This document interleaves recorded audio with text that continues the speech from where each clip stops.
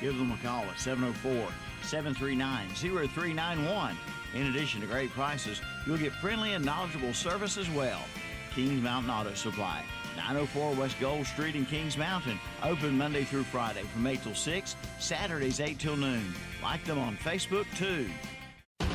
The NASCAR Cup Series. They mash the gas. Green flag is in the air. Roars back to historic North Wilkesboro Speedway. They spin into the inside wall. Hard lick off the inside fence. Sliding back out. For All-Star Weekend in the Foothills. Here they come, side by side for the lead. Lap traffic straight ahead. Wheel to wheel as they come to the line. It's the NASCAR All-Star Open and Race. Sunday afternoon at 5 o'clock on Carolina Country WCSL. 92.9 FM, 1590 AM. Online at ktcbroadcasting.com. This month's Scholar Athlete of the Month is Cameron Elaine Case of Cherryville High School. The award is sponsored by McDonald's, KTC Broadcasting, and WhatsAppShopper.com. Cameron is the daughter of Bobby and Joy Cash and is a senior at Cherryville High School. Cameron is captain of the Lady Ironman soccer team and is also a cheerleader.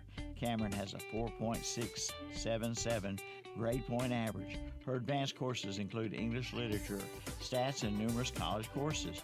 She's a member of Second Baptist Church in Cherryville and is involved in the youth there. She is also a member of the Praise Team, Bible Club, Kindness Club, and a member of the Fellowship of Christian Athletes, and is a member of the Metalhead Pep Club. She's a cheer coach for the Little Ironman and Hugh O'Brien Youth Leadership Counselor and a cheer camp dance teacher. After graduation, she plans to attend UNC in Chapel Hill and major in chemistry. The McDonald's KTC Broadcasting WhatsAppShopper.com Student Athlete Award recognizes not only the accomplishments in athletics, but also for overall achievement in the classroom and community. Sponsored by McDonald's, KTC Broadcasting, and WhatsAppShopper.com. Tee it up for a great golf experience at the Cherryville Golf and Country Club. And yes, the course is open to the public 7 days a week. For your tee time, give them a call, 704-435-6597. Tune your game up with their driving range. And on Friday, come on out for the Captain's Choice, starting at 5:30. And for that special event, keep the Cherryville Country Club in mind, with several event packages available. That's the Cherryville Golf and Country Club, 200 Club Drive, Cherryville. Online at cherryvillegolf.com. For your next round of golf, head to the mountain. Crowder's Mountain, that is. Now, the Crowder's Mountain Golf Course has the best golf prices around. Play and ride 18 holes Monday through Friday for just $20. Good for regular and senior players. Play and ride 18 on the weekends till noon for just $30. And after 12, just $25. For your tee time, call 704-739-7681. The Crowder's Mountain Golf Course, Lincoln Academy Road, Kings Mountain, right off Highway 74 bypass. Atlanta Braves baseball on Carolina Country WCSL, Cherryville, North Carolina, 92.9 FM, 1590 AM.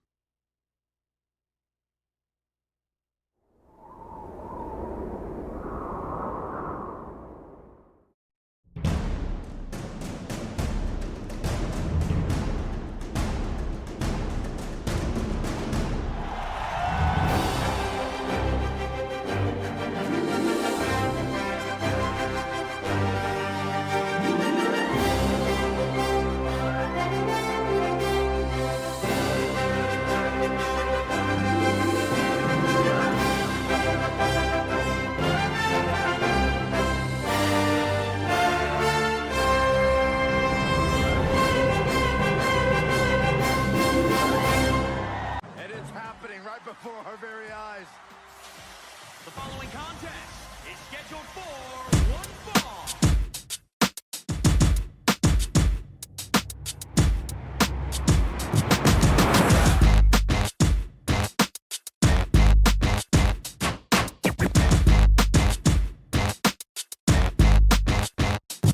I am the incredible man. I only do things incredible can. Cause I am the seed of a chosen breed. You don't see too many like me.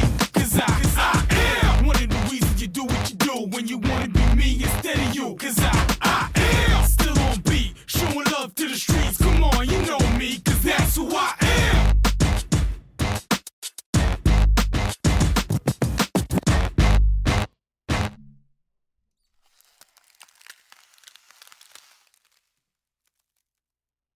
And good morning. Welcome to another Saturday Morning Sports Talk with Kevin Hastings, Chip Carter, Tom Sinafani, Terry Reinhardt, and JP. As always, we want to thank McDonald's of Cherryville for sponsoring our breakfast every Saturday morning. And how are y'all doing this fine, rainy Saturday morning?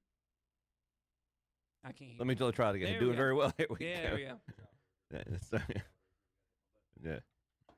I got demoted, JB. I didn't help Kevin out last week, so he's Okay. no. Yeah, I can't hear you at all, Kevin. Yeah. But yeah, JP. So tell us. Oh, wow, there you go. I'm hot. But tell us a little bit what you got. What you got going on in breakfast? What'd you eat this morning, JP? I'm about to have a sausage and egg biscuit. That's the second week in a row you've copied me, man. I appreciate Well, I that. get around to it. JP, So- JP, show everybody what I brought you, man. Oh, you yes. get Tom yeah. brought me a Luke Skywalker That's right. Stormtrooper from Star Wars: A New Hope. I was about to say it's got to be episode 4. Yep, that's Yep, right. episode 4. Nice. That's right. So That's a good find, Tom. Yeah. Yeah, that was a good one. Do you, oh gosh. Kevin said that's before he turned into a coward. But what do you have one of those? Is that your first one, JP? Yes. Nice. That's a collector's find there. Yeah, That's for getting our breakfast in the morning, JP. We appreciate that. We appreciate you very much, sir. Thanks so much. Let's run down we'll run down the as Kevin's working on getting himself hooked up here. Check. There we go. There we go. Now. That's the first time I've ever seen him mute himself, man. That's great. There you go. Yeah, it was nice, wasn't it? Best part of the show, wasn't Nice, best part of the show. Good morning, everybody. So, did y'all go what y'all had for breakfast? Terry? Just JP. Anybody ask you what you had yet for breakfast, Terry? All I'm doing is sitting over here listening to everybody complaining about everything. But anyway, I had a sausage, egg, and cheese McMuffin with a hash brown. We were talking about the man's gift. There was no complaining. We weren't there. even complaining about it. Yeah, Adjust your camera there, JP. How about We're that? talking Sit Star in the Wars. corner. I'm glad JP likes it. Yeah, I was waiting to see if Terry's going to go down the complaining route with that there. Yeah, I know. So, okay. I did have something for JP. When you said the Star Wars, Terry, that I was going to have something for him this morning. Well, I I'm still may telling you, have once I go through my Twitter. I don't if know I've for ever sure. sat and watched 10 minutes of Star Wars, Greatest 10 minutes of your life. that's probably the max. I'm sorry you don't have. Terry, you watched. What'd you tell us you watched last week? Chinese golf live at 2 a.m. Well, and yet at he least says it's Star live. Wars Whoa, is whoa, boring. whoa, JP. This Okay. is true stuff. Wait. You're watching that fake stuff. Now, And what's your point? Do you like Star Wars. Wait, What's your I'm going to point? back up one thing. Do you watch WWE? Or have you ever watched WWE? I rest my case. Well, there's what happens again. I mean, who watches that? well, Terry, if you don't want to watch, I'm telling you, why do we want to be part of fake America? there you go. Now, if you want to watch something, if you want to watch something real, a documentary and about that type of stuff, you can watch Star Trek and just do that for me. And so that'll be a little bit more better. That'll be better for you and the science teachers. Okay. Watch that. That's a Star Trek. It's a documentary. How is that any different? It's a documentary. I'll explain that to you later if you want me to. But I really would love to hear the difference because they're basically the same thing, only the two different universes. I'll explain it during the break. It's for you, actually JP. quite different, JP. I'll explain it for you during the break, JP, but not on this show. So anyway, Terry, what do you have for breakfast? He already said. Okay, Tom, what'd you have for breakfast? Oh, I had a bacon, egg, and cheese McMuffin, a hash brown, and a delicious McDonald's coffee. I had egg cheese biscuit. Working on a strawberry banana smoothie. JP, Chip, do we ever get to you? Yeah, I just JP and I copied each other. Had a sausage and egg Gotcha, biscuit, yeah, and he got my OJ. Thank you, wow. JP. Thank you, McDonald's in Cherryville, Yes. for taking care of us every Saturday morning. Our faithful sponsor. A couple quick announcements. High school baseball quarterfinals or semifinals. North Lincoln will be hosting North Davidson, and it was East Rutherford, and I can't remember the team they're playing. West Stanley will be hosting West Stanley. Yeah, in the semifinals. Unfortunately, Burns and Cherryville both eliminated this week. Burns eliminated Wednesday. Cherryville eliminated last night by, I can never say it. Is it Uwari Charter? You just nailed it. I did. Got it. Well You said done. it Right. There you go. Uwari Charter. Well, first try. Every Saturday, folks, we here on 92.9 FM. If you're listening on the radio, we are live also on the internet where we're trying out Rumble right now. So we are live on Rumble this week. Check us out, rumble.com, KDC Broadcasting page. We'll post the links on Facebook, Twitter, and YouTube as well. That means if you are listening to radio, you got friends and family, everybody. Hey, guys, tune in, watch on the radio. We do got a few listeners. Past couple of weeks here, I've been eating, picked up lunch here, and Cherry was talking about what's going on. Hey, you asked about the floor, folks. One of them was a Celtics fan, Terry. He said, "Got to keep it, keep it easy on the boys." I said, "I don't know how that's going to go in the next couple of weeks." But we do want to say hey to those fellas listening every Saturday morning. But you can go back and watch all the episodes, folks. We talk NASCAR, golf, Major League Baseball, NFL, NBA. And what did I skip NASCAR? Did I say NASCAR? I did say that. Golf, And little fun stuff here in there, PGA. golf. And today we're definitely talking PGA Tour Championship since it is in town here. Everybody listening, and I'll be there tomorrow. Yeah, Sunday. I've acquired a couple of tickets for my son and I, and we'll be out on the course. My first major that I've ever been to. Nice. I've been to Quail Hollow quite a bit. For the folks that do want to go. And are looking up prices. They're astronomical. I did not pay for them. I want a prize. Yeah. So I'll be out there with in the cheap seats. But Chip, Augusta brags about their $1.50 pimento cheese sandwiches. What about the PGA Tour? What are they doing for concessions for the folks that do come out there? The PGA Championship actually is. I'm pretty impressed with it. And Kevin, I just spoke to Kevin a little bit earlier this week. My wife and I actually we found 3 different people to take care of our kids throughout the entire day Tuesday. So we went down to Quail Hollow for the practice round earlier this week, and they've got what they call their Championship Plus tickets, which is not you pay for your own alcohol, but the concession stands. If you look for the market concession stands throughout the course, you can get 1 sandwich, 1 side, and 1 drink for free, unlimited, as many times as you want to go. You just said 1 drink. Unlimited. That doesn't make sense. Well, every time you go in, you walk in, you get 1 drink for yourself. Yeah, you walk in, 1 sandwich, and But I mean, you walk, you finish eating, finish drinking your meal. You so it's all you can eat. It's all you can. Yeah, it's all you can eat. Exactly, pretty much. Yeah, that was very, really cool. I'd never seen that before at a PGA event, so was glad they went that direction. It was a good day. We a little bit had to avoid the rain a couple of times, but it was a lot of fun. I sent Kevin some pictures, but yeah, it was. Really enjoyable. Had a great time. It was very. I actually impressed my wife, I think, and that's I'm not able to do that much anymore. But Chip, you got 6 kids. You've impressed her. But I'm not gonna say no. She every time you take a shower, you impress her. She's impressed by something. I think that's a little lot. But I was going to. And then it took 3 other people to. Let me. For him to distribute them out. Let me. I know, right? Let me interject something. Yeah. Because we can get off.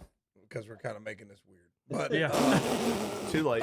Too late. The Venezuelan guy was leading after the first round, and I think he's the only Venezuelan on the PGA Tour. Johnny Vegas. Yep, Jonathan Vegas. Yeah, was he still? I didn't catch. He's still leading right now. He shot. I think he shot even par 71 yesterday, or maybe he shot 70. Might have shot 1 under, but he's at 8 under right now. When he was interviewed, I'm telling you, man, that guy spoke pretty good English. He did. I was pretty impressed with his interview. There, several years ago, he went on a heater and just got incredibly hot for several weeks. So he can go low. Now, it was Thursday and Friday. Let's see what happens the weekend of a major. Yeah, when you get to Saturday and especially Sunday, it's different in the Chip. Especially when Scotty's only 3 back. So that's we'll see. Although I showed this to Kevin this morning actually on the way in. 2010. Rory McIlroy's first victory was at the Quail Hollow Championship. He made the cut on the number at +1. The leader going into the weekend was Billy Mayfair at -8. This weekend, this was at Quail Hollow. This weekend, Rory McIlroy made the cut at +1. The leader is Johnny Vegas at -8.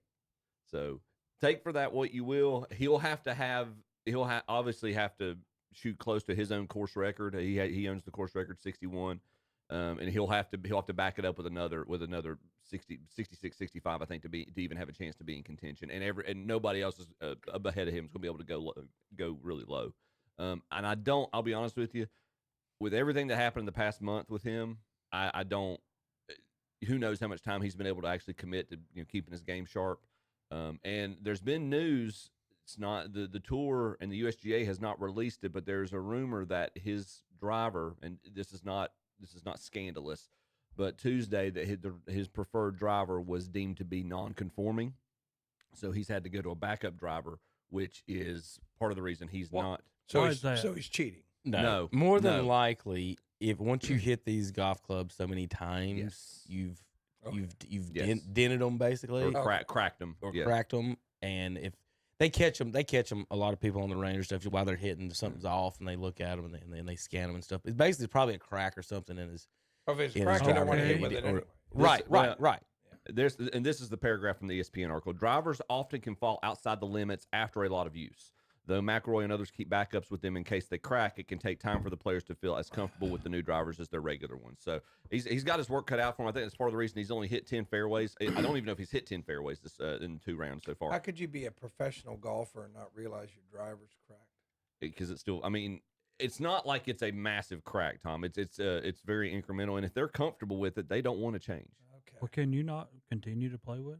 If it's deemed non-conforming, no, you cannot. It's Terry, do y'all allow cracked bats and? It's like you, Terry. It's a non-conformist. I was saying, do y'all allow cracked bats in baseball? No, we do not. We do not allow cracked bats. Correct. We do not allow cracked helmets.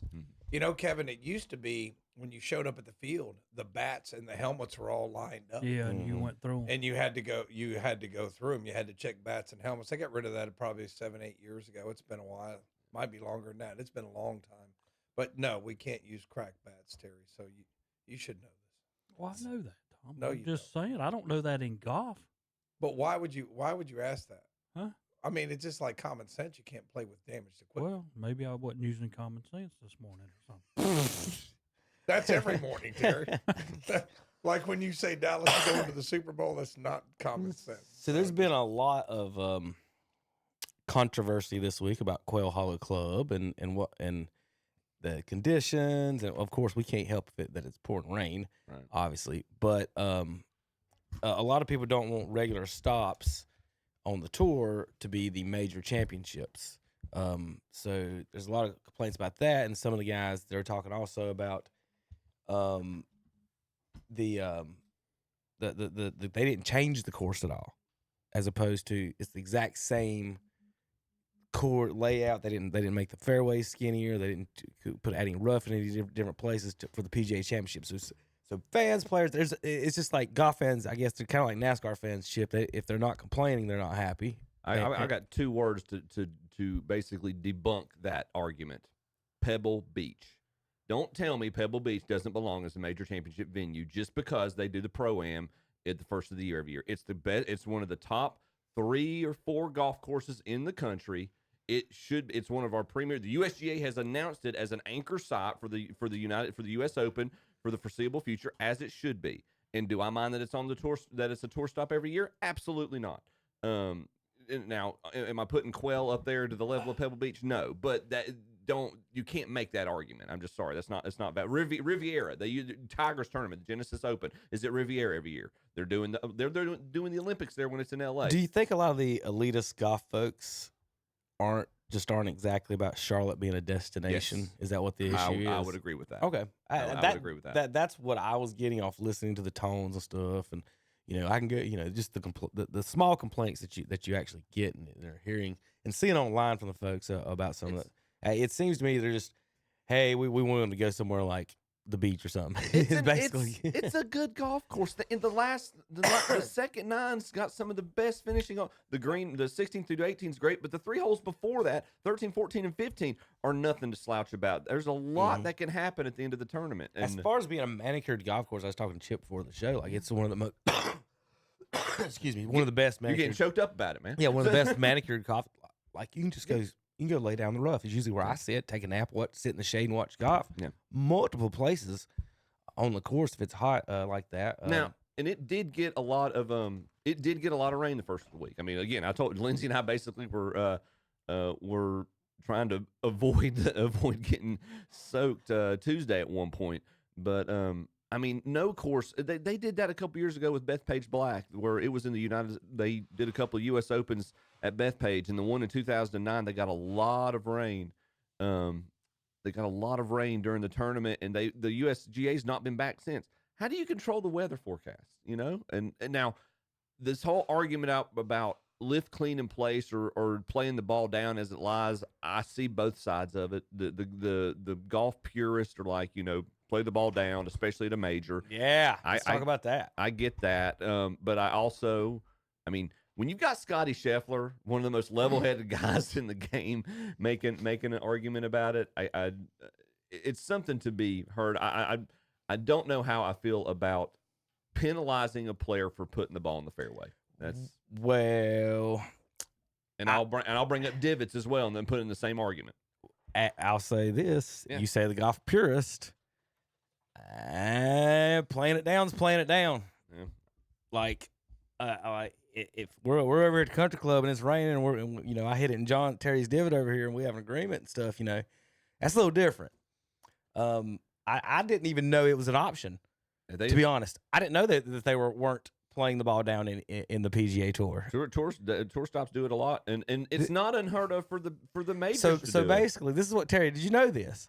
I didn't know this. I'm a golf fan. I didn't know that. I didn't know. Scheffler and them are complaining. They want to rake in place? Lift clean in place. They want to lift the ball, clean it off, and be able to place it back in the fairway. When it's in the fairway. You want to hear the whining? Here's the whining.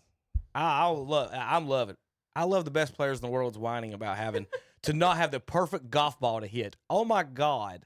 Let's make the playing field maybe a little even and let somebody and that's another thing, Chip. Mm-hmm.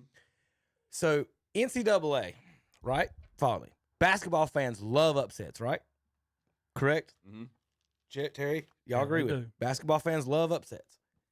Do NCAA football fans love upsets? No, probably. They hate them.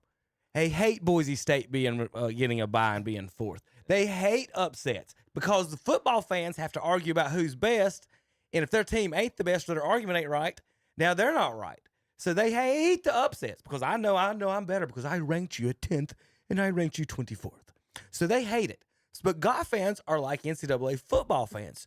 They hate when someone not named Scotty Scheffler's leading. They hate when Tiger Woods ain't leading or Jack Nicklaus. They hate it. Cannot stand seeing 10 names on that. It's the worst tournament ever. If you see 10 names on that board that you haven't heard of before. But you got to make your name somehow, right? You got to start winning tournaments somehow. And these people hate it. And the complaints this week from the players and all this is just fun to me. I'm eating it up because I want some of these no names to win it. Because all these players, I got mud on my ball. Y'all want to hear Scotty Scheffler? That's the counter argument. Everybody's playing under the same conditions. Everybody's doing it.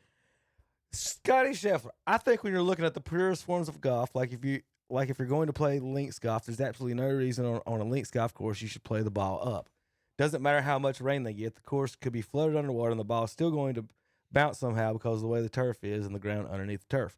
In American golf, it's significantly different. When you have overseeded fairways that are not sand capped, there's going to be a lot of mud on the ball, and that's part of it.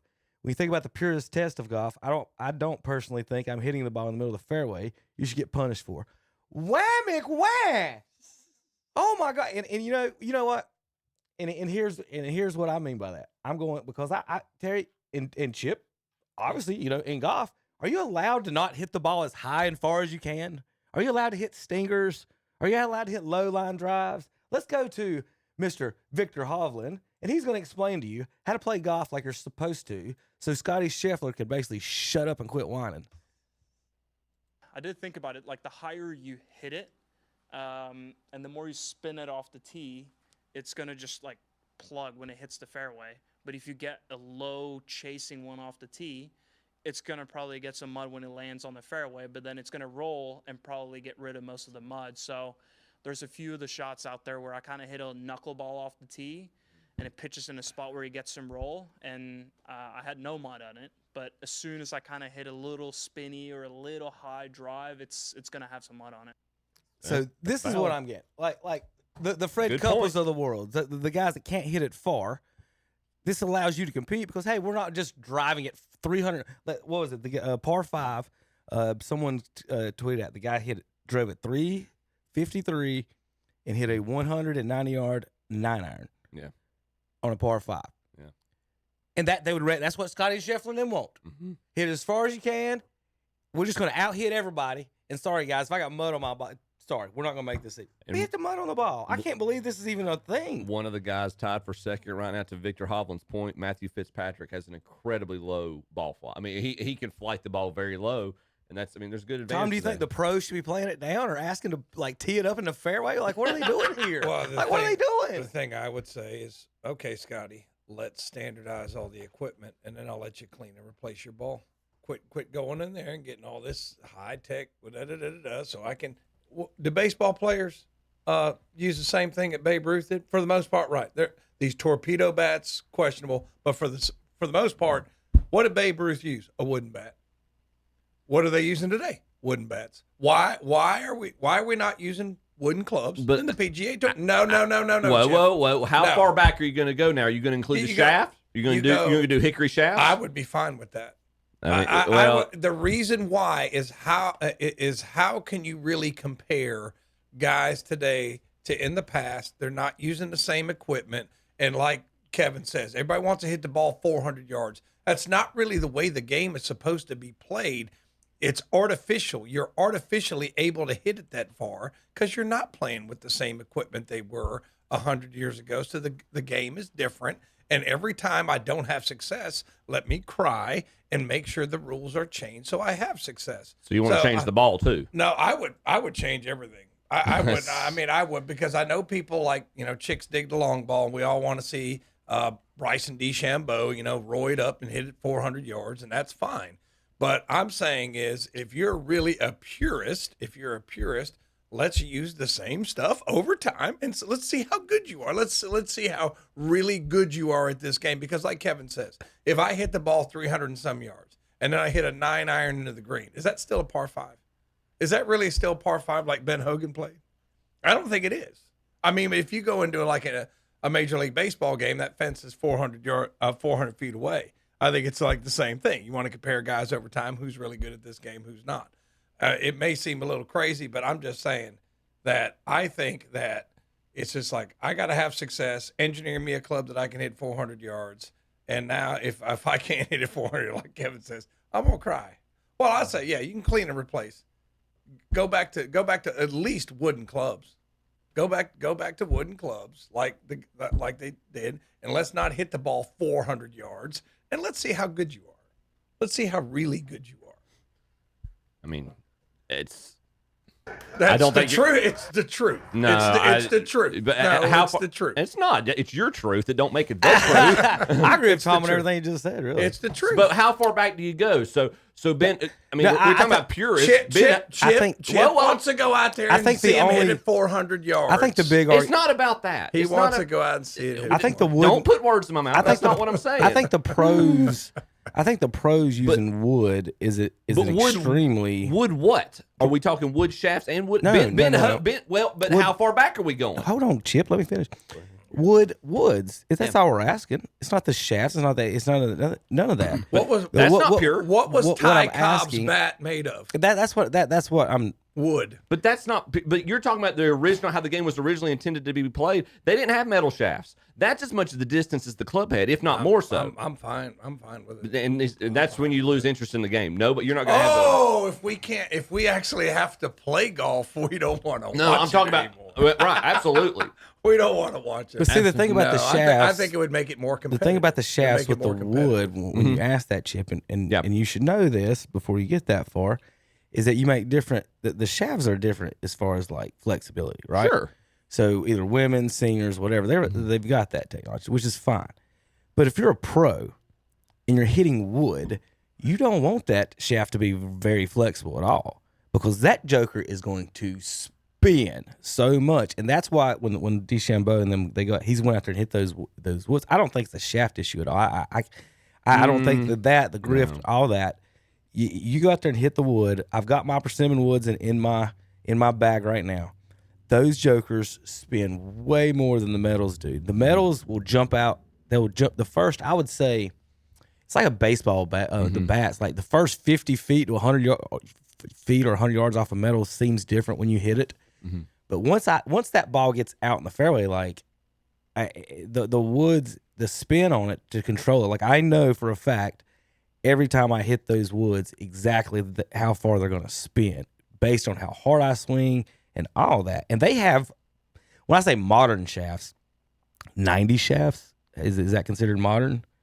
They're probably gone beyond that. So you know what I mean? So they're 90 shafts. So they're not hickory shafts, obviously.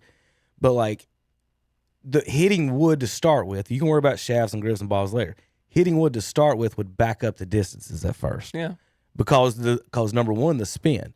Because that 340-yard drive that they're hitting straight now off their big old, and Rory is talking about it now because he's talking about the driver thing. Looks like a frying pan. Right. They're basically saying that you can miss as much as you want with these new drivers, and the Joker's still going straight. Right. And that's what Tom's talking about. Correct. Is that some of us would rather see if they're hitting wood, that Joker's not going straight. How good with those swing speeds?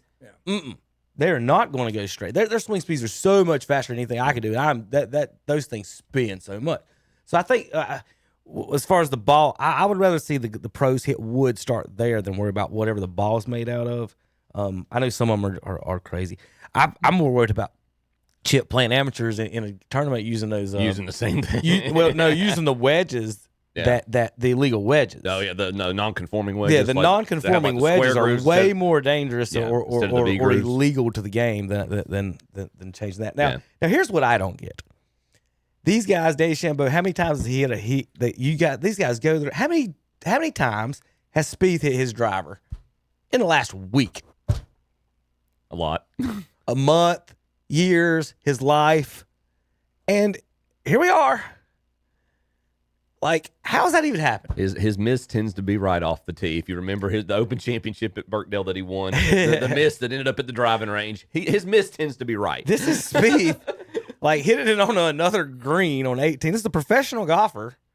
I don't know where this is at. Where this isn't. That ain't Quail Hollow 18. It is. Or no, that's not 18. That's it's got 18 on the marker. That's what I'm saying. Is this the week before? Yeah, that must be the Truist Championship up in Pennsylvania. Yeah, you're right. So when I just saw this and I had to laugh. I'm just like, pros, what do you do? Like, you sit out there and practice. Like they'll show video of DeChambeau hitting tonight until the lights go out, and then tomorrow first tee they'll do this.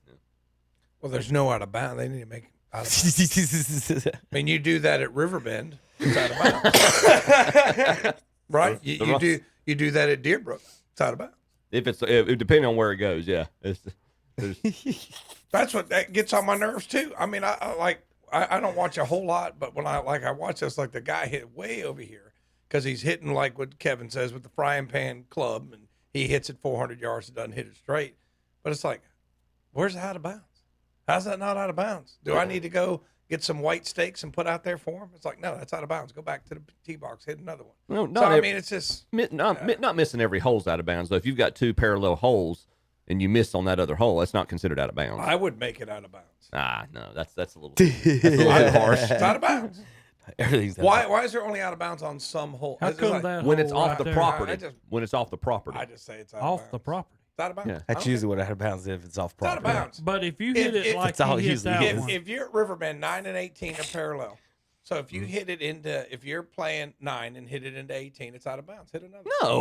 No, I'm just saying it should be. no. so we're gonna go over there and hit it from there. and put it Yes. back on.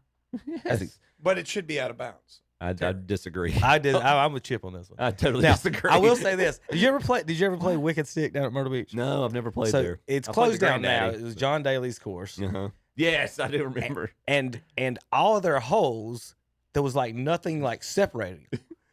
And there was no trees or anything. So it's just like you could play 3 holes over, no matter how bad you hit your shot, Terry. You're hitting. So there were people every shot you're waiting on someone from a different hole. And like Tom says, maybe that should be out of bounds because you're sitting there because that course was bad as far as that. Like you're sitting there waiting like for everybody. They're going back and forth and back and forth. Like y'all got to make these fairways wider or something because they squeezed it in so tight. And it's like, yeah, we all play 18 holes in this little football field. Well, let's go to the original golf course, the old course at St. Andrews. The whole concept of 9 holes out and 9 holes in is because the first 9 goes away from the clubhouse. Right. The second 9 comes back in. Every single one of those holes shares a fairway. pretty much. So keep it on your hole. Or but it's not hard. So keep it on your hole. It's not easy. Or it's out of bounds. It's not easy. No, I mean, no, seriously, it's like These are professionals. The equivalent is, well, since the player is on downfield and away from all the media cameras, if he goes way out of bounds and catches the ball, it's okay. It's fine. We'll let him. No, that's that. Yeah, it is. It's exactly the same. It's entirely different. It's exactly the same. If you So define, no, if I'm at Riverbend and I hit it way to the right on number 2, it's out of bounds. if it's designated, Okay. But then I can go on like another someone's field. Yeah, It's a farm. Someone's farm. I can Right. go. Yes. I could go on number 9 and hit it way, way, way to the left. If there's, I can hit it on 14 tee box and I'm in bounds. if there's no sideline, Sorry. yeah, absolutely. It's dumb. Go back and hit another one. It's All out right, of Chip, bounds. who's this? That's Will Zalatoris. My wife, Will has, and y'all probably heard me say, his far and away, he and his caddy Joel Stock have been the nice, and everybody's been nice to me at Augusta, but he has been the nicest one. My wife looked at me. She said the only people I've ever seen get more excited about seeing you, other than Will, was our kids. And when he saw me, he light up, and I introduced him to Lindsay. So he just took a few minutes to chat with us. Just super nice guy. I'm a big fan of Will's.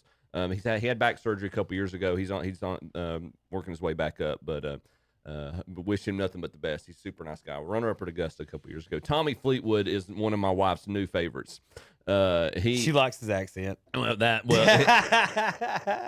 He took a few minutes to chat with us. His caddy was the first one. That's when I was telling you earlier that I impressed her, because we were watching a bunch of them on the putting green. Well, Ian Finnis, his caddy, comes over and is like, "You're not working this one this week?" I was like, "No, I'm not." And Tommy talked to us several times, spent time with Lindsay, so he was just super nice. During the middle of the rain delay, John Rahm got stopped trying to walk back up number 9 fairway. All these people around him asking for autographs. Then he sees me out of the corner of his eye. He's like, "You told me you were coming, didn't you?" So talked to me for a minute, gave me a hug, but he was super nice. Rory's was a mob scene after he played the front 9. And that's Patrick. Is that Reed? That's Patrick Reed. Yeah. Patrick and his Kessler, his caddy, came and spoke with us while he was on the putting green. And then Patrick and I saw each other after he was done with his round. Xander Schauffele, I called him as he was finishing up on the front 9. Terry spells Xander Schauffele. Tom spells Xander Schauffele. Ask me. I don't know. I was going to. I figured Chip might. I was going to go for him to see if he did. Xander. Xander's the easy part. Yeah. It's the Schauffele. That's SCHAUFFLE, I think. That's but the neighborhood. I'll have to check and see. But Rory's was just an absolute madhouse. Lindsay didn't get the best picture. She was getting shoved around, but he was in the middle of signing, just his face down with a Sharpie signing autographs, and I just peeked at him. I was like, "It's a little bit different than my tee box sitting." And he looked up. He's like, "Oh, hey, man, how are you doing?" But it was a great day. Lindsay and I had a lot of fun. The players were super nice. My wife told me, she says, I'm pretty. She says, "I didn't think these guys would recognize you," and I said, "I wasn't sure if they would either." So it was really cool. Well, Vegas sits at the top up +2 on Kim. Pavon, Fitzpatrick are all at 6 under. Homa and Scheffler at 5 under. Stevens, McCarthy. I'll let Terry read that one. Higo, Poston, McIntyre. Busy out. Thorbson, Fox, Smalley, and Gerard are all at 4 under. DeChambeau's there at 3 for some of you big name fans. John Rahm, they're at 2. I picked him to win the Masters, and he's terrible. Tommy Fleetwood at 2 under. Hovland there, we showed earlier his comments on hitting the Stingers at 2 under as well. Too many foreigners at the top. Wow. We need an American to win this thing. Come on, boys. You got JT Poston. You got JT Poston from West. Come on, boys. JT Poston from Hickory, North Carolina, went to Western. He's tied for 7th right now. Yeah. So we'll keep an eye on him. Tom, that was like the most NASCAR thing you ever said in your life. Seriously, I do that. I have to admit that if it's the British Open, I don't really care who wins it. I mean, it's Britain. There's no such thing as the British Open. The Open. Okay, are you happy now? Yes. The Open. Tommy Fleetwood would have corrected you. Okay, all right. But when it's the Open, I don't care who wins that. But if it's one of the American tournaments, I want an American to win. Is that bad? Does that make me a bad person? My dad would agree with you. My dad would agree with you. If I see, I like Tommy Fleetwood, but I don't want him to win the Masters. I don't. It's like I don't want any foreigners to win any American tournaments. That makes me a bad person. I just pull. I won't say it makes you a bad person. How do you look at the LIV tournament? I don't watch that. I just don't. I'm a traditional But do you pull for any of them guys in the United States? Well, like if they're Americans, Terry. Say like, I could care less. Okay, so you I took I somebody want else's money. I want Americans to win the tournament. If it's being a purist, I'd like to see a PGA guy win. What you're asking is what if Phil Mickelson was in contention? Is that what you're asking? I'd still if it was like Phil Mickelson versus somebody from outside. Or Bryson. Right. Like yeah. I would prefer an American win the American tournaments, even though yes, you did take some foreign money. Yes, it's a good point, Terry. Yeah, there's no foreign money in golf at all. None. None on PGA. Not anymore. Not a dime. None on PGA Tour. You're right, Kevin. It's a fair point. So the best wedge did y'all player. see this last week? The this best yesterday? wedge player in the history of the game having a little trouble here. He's in effort mode right here. Yeah, he just.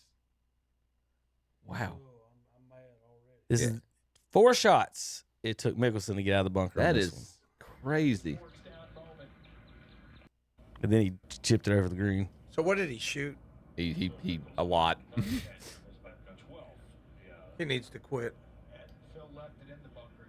He just finished top 10 in a major league. I was about to say 2 years ago he was running up for the Masters. I don't know. 2 years ago. Yeah. 2 years ago. At 50-something years old. Yeah. 4 years ago he's still the oldest winner of a major. 4 years. So Tom's one of those guys. Just quit. Yeah.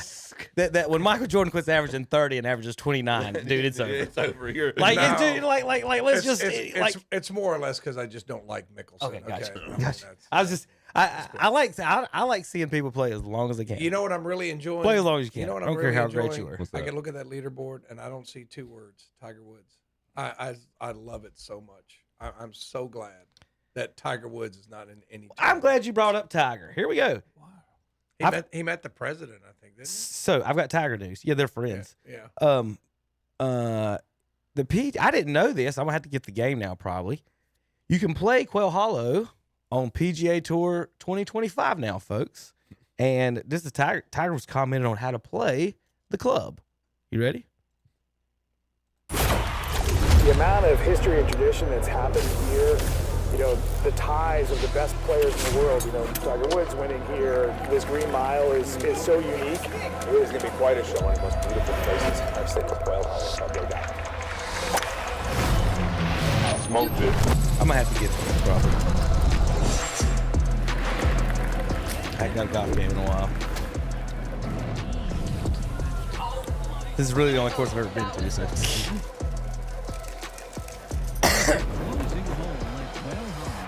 So Tom, you played Tiger as yourself or whoever. At Quail Hollow now on the video game. Isn't that cool? I don't play video games. Just for the kids out there. Yeah, me The neither. kids need to be reading books, not playing video games. Well, Tiger says if you're playing Quail Hollow at home on the video game, remember, kids, precision off the tee. Don't get greedy and set yourself up for those difficult greens. Good luck. And From Tiger Woods. I'm sure he topped that. If I can amend my That's statement. his. That's his. I'm sure he's the one who typed You don't think it. he has a blonde? You think he has a blonde assistant typing that? Chill. I would amend my statement, though. I said always pull for Americans. But if it was Tommy Fleetwood and Tiger Woods, I'm definitely going to wear the Union Jack and pull for Tommy. God, please. I will say that. And then he talks about what I say. After would Tommy's never- caddy offered my wife water on Tuesday, man. All She right, was we're way past where we're supposed to be, but I got to do this. Then we'll get a break in and get to our other sports. Come on, How about Chuck. Barkley has fixed his golf swing, folks? As we go to break, Jay, here on KTCBroadcast.com, we're just going to let this play away as JP plays some commercials. We'll be back in a few minutes. KTC Broadcast. The NASCAR Craftsman Truck Series As we get set, the green flag is out. returns to North Wilkesboro Speedway Corey Heim hanging tough. Now he slides up the racetrack. for short track racing on a North Carolina Saturday afternoon. Will it be Heim time again as he goes to the bottom of the racetrack? He stretches it out now. Here comes Corey Heim. It's the Window World 250. Saturday afternoon at 1 o'clock on Carolina Country WCSL. 92.9 FM, 1590 AM, online at kdcbroadcasting.com. There's a lot to be excited about in 2025. And for your Atlanta Braves, it's all about a fresh start. 1-2, he hits one well. Deep left field. Gonna head back to the wall. Boom! A 2-run home run! Hear Braves baseball on Carolina Country WCSL and The Boss WOHS. Every weekend right here. Welcome to Kyle Petty's Back Then Again Country Countdown alongside the NASCAR legend. We're Charlie and Debbie. Yeah, I think a lot of people thought they were going to lose their girls to Carl Edwards. Have you ever seen Carl Edwards? When he first came around, I didn't know he had a shirt because he never seemed to have one on. He can't even pay to hook. It's Kyle Petty's Back Then Again Country Countdown with Charlie and Debbie. Friday afternoons at 3 p.m. on Carolina Country WCSL, online at ktcbroadcasting.com. Why choose Kubota for your new compact tractor? All the options in the market can make the choice difficult, but don't lock yourself in before you've seen what Kubota can offer. We've been selling reliable tractors in the U.S. for over 50 years. Your Kubota dealer can help you select the right tractor at a price you can afford and then support your purchase after the sale. Stop by your dealer today for a tractor you can count on for years to come. Your Kubota dealer in this area is Parker Farm Service, 126 Bessie Drive, Kings Mountain. It's time to green up with a new John Deere from James River Equipment Company in Shelby. Take a look at the John Deere 1023E tractor, 23 horsepower, diesel 4-wheel drive, as low as $159 per month, or a John Deere 3025E tractor with 25 horsepower, diesel engine, 4-wheel drive for only $249 a month, or the big John Deere 5075E tractor with 75 horsepower shuttle transmission for only $589 a month. That's James River Equipment Company, 703 North Post Road, Highway 180 North in Shelby. There's nothing like cash in your pocket, especially if you can turn your scrap into cash with the help of Gaston Used Auto Parts and Recycling in Gastonia. For over 25 years, this locally family-owned and operated business has been giving some of the best prices for scrap. They take tungsten scrap carbide, as well as stainless steel, aluminum, copper, and brass. Need help? Gaston Used Auto Parts and Recycling will supply you with a roll-off container to help make your recycling easy. Turn your scrap into cash with the help of Gaston Used Auto Parts and Recycling. 305 Dogwood Street in Gastonia. Call 704-827-9468. Online at GastonUsedAutoPartsAndRecycling.com. And we're back on Saturday Morning Sports Talk with Kevin and the gang. They're going to be talking about some more sports right now. Don't know which one, but I know they are. Well, we're going to talk about sports, JP. We're going to talk about NBA playoffs. There you go, basketball. I don't want to talk about the NBA. Chip, I don't think the two guys on the other side of our table want to talk about this. We might have to. Terry, might have to carry this. We're just going to talk about ourselves. Yeah. I don't know if you watched the Cavs game, the elimination game, but it was painful to watch the Cleveland Cavaliers. They were so bad, it was painful to watch. And it's like, what happened to this team? Now, I know Mitchell was ailing a little bit, but it's just like the whole team went cold. They couldn't hit anything. They just couldn't get any momentum. The crowd was sitting there in stunned silence. It was just. That's what happened yesterday with Boston. And I looked at the Boston. I said, let me turn on the Boston game. They were down like 30. I'm like, what is going on? But congratulations to the Pacers and the Knicks. I don't hate either one of those teams. So they're moving on. I know you do, but it's just like both. Or just one in particular. I hate the Knicks. I mean, you basically just stole one from Boston. They beat them 4-2. I don't think you could say they stole it. They really stole it. Why do you say they stole it? Well, I mean, Boston should have never lost the first two. When you're up by 20 in the third quarter, when you're up by 18 with 8 minutes to go in game 2, those are two games you should never lose. So because Boston should have been up 2-0, and that series would have all been over, and Boston would have won it and moved on. So because Boston choked. Yes, it. That's all. That's not. The Knicks never been. The Knicks won one good game last night. It's the only game the Knicks won that Boston did. It's just so dumb, Terry. No, it's not. Dumb argument. No, it's not. No, it is not. When you say somebody stole something, that implies like something they didn't deserve it. Yeah, they didn't deserve it. Well, they didn't. Look, any team that comes back from It's double. so hard to argue with delusional. Go ahead. Any team that comes back twice in a row from a major double-digit deficit against the defending champions away, both of them at the defending champions' home. It's something Boston has to fix. How many games this year have we seen Boston be up by 20, 25 and end up losing a game because they can't finish? Maybe that's the problem with the team, and thus the team that defeated them Terry, didn't I got a steal it. I got a suggestion, and it's just not you guys. How about the rest of the NBA? So in football, in the second half, you get a lead, right? What do? You run the ball. Yeah. You run the clock out. In basketball, suggestion, coaches, suggestion. When you get a 20-point lead, don't jack up threes. Stop shooting 53s. Well, no, just stop it. That. I'm with you. Run on some that. regular offense, get some layups, get some fouls. Take some time off the clock. Exactly. Take some I'm with that 100%. We're going pass, three, pass, three, pass, three. Just because Just stupid. The Celtics' strategy being stupid does not make the Knicks steal this series. That's on Boston. Well, I hope Indiana beats them 4-0. I'm sure you do. Here's But I want to tell you something, Yeah. and this is me. I hated Brunson. Never liked that guy ever since he's got into the NBA. Why? Until now. Okay, not until now. Yeah, But because why'd you hate him? After he beat your team? No, he played for Villanova. There's the problem. Okay. You know, and I hated. Got something don't against like Catholics? So did the Pope. You know, Yeah, I I was don't have getting ready to nothing say. against Villanova. The whole team stinks. But anyway, for years. Terry, But that anyway, doesn't even make sense. Well, it does, Tom. To me, it does. Okay. All right. In my world, it does. But Okay, anyway. now that does make a lot That's of what I had sense. to do. So on the back end, as you're playing, until I'm listening to Brunson talk after every game that the Knicks won, I give that guy all the credit. He never put Boston down. He said, we come out here to do what we had to. And what was every time they even asked him, that's a good team over there. Mm-hmm. You know? And I loved every one of his answers. Here's my question for both of y'all. Because I think one of the things that we talked about throughout the regular season, and as both of these teams really stood out to us as the teams to beat in the East, we are both. I think we all sit here fairly surprised that the Eastern Conference Finals doesn't contain not just one of them, but both of them. Did anybody pick not Cleveland or Boston? No. To get to these finals in our group? I But mean, here's your problem also. Tomorrow, if OKC gets beat, look what's in your final. right. Yeah. 3, 4, something, and 6. Right. I mean, you know, Hey, man. there's not even a number 2 team out Well, before we go to the West, I just want to ask y'all about this. One of the things we really talked about was the depth of both of these teams and just how it was spread around. You know, it wasn't just Mitchell, it wasn't just Tatum and Brown, but when playoff time rolls around, It's different. Mitchell didn't. They seemed to key in on Mitchell at crunch time.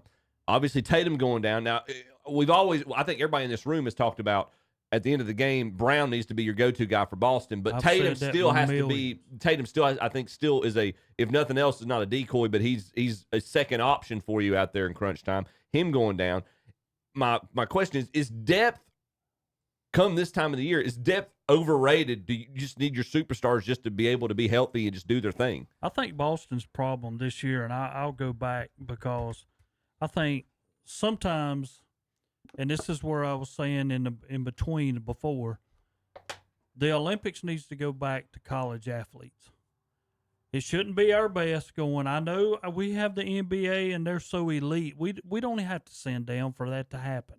You know, everybody else is going to get their best players. Our college guys are as good as any NBA guys we can send. Somewhere along this line, you take that basketball and you want to play it for 12 months. That's just too much. At the rate and the speed that these guys play. You play an 82-game season, and then you have to play 4, 8, 12, 16 games before you can ever win the title after that. So, I mean, almost you're at 100 games. And then you go and play in the Olympics another, 10, 12 games you're going to have to play, preliminary plus your Olympic games. You know, sometimes you play too much. So your excuse is they're tired. No, he's talking about Jason Tatum just getting saying. hurt because they won the championship last year. Then he went and played the Olympics, and then he got played. He really didn't play that much in the I mean, Olympics. and he didn't. That was a great point. He rode the pine in the Olympics. That's the JV tournament anyway. You don't the have Olympics to play. is the JV You don't have to play in the Olympics. No, and the second it's thing, we not got to send our best, or we'll never win. I was about to say the rest of the world's caught up to us. If we send our college players, they're going to get drugged. They're not going to medal. Smoked. They will not get They will not medal. LeBron James will be the best we ever did. Was bronze medal. That's a good thing. Hey, let's never win another one, so it makes LeBron look bad. Oh gosh. Well, I just think when you play too much. I get it. I got a question though, Terry. So we talking about your Celtics in particular, and I want to relate this to the Lakers as well. Do most teams not switch on picks on defense? Sometimes they do. Most teams switch on defense on picks. Sometimes. Yes, they do. I don't know what we're arguing. I don't know. I can't believe you're even saying sometimes. It's like they just don't even try to fight. Okay, now why? Let's say crunch time. Everybody's like, well, this is my go-to guy, or this is our go-to guy. Not everybody's Michael. Not everybody's Kobe.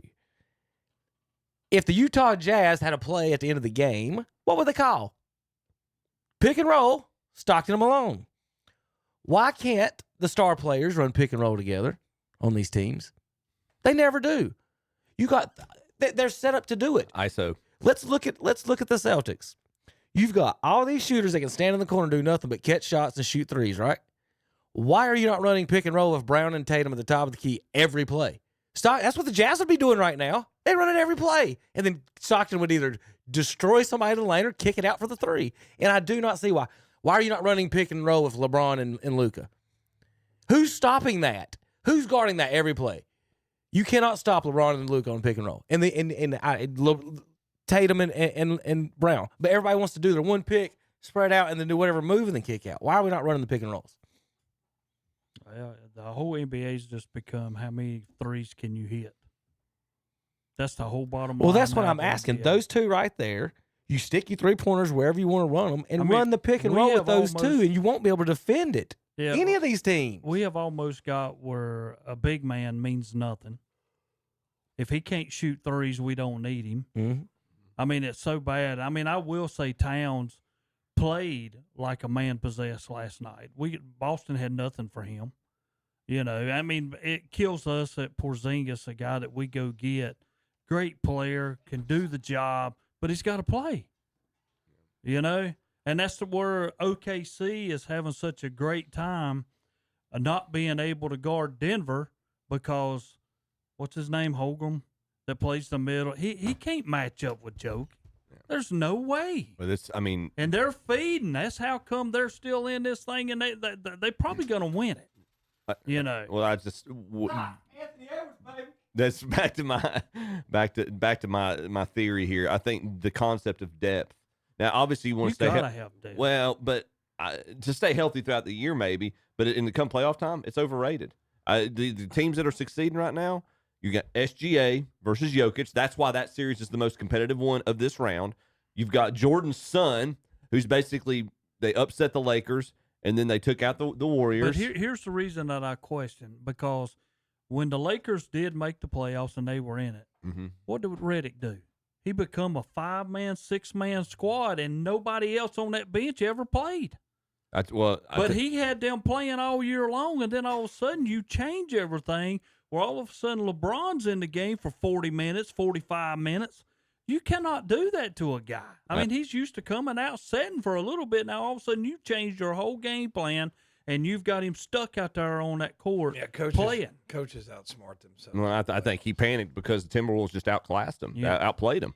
But, I mean, again, the teams whose stars showed up, Cleveland had a hard time getting Mitchell involved at the end of the game. Halliburton showed up, and Pacers win. Tatum goes down. Brown is not used out to in the third quarter last night. Brown's not used to really carrying the team solely, I guess, for lack of a better term.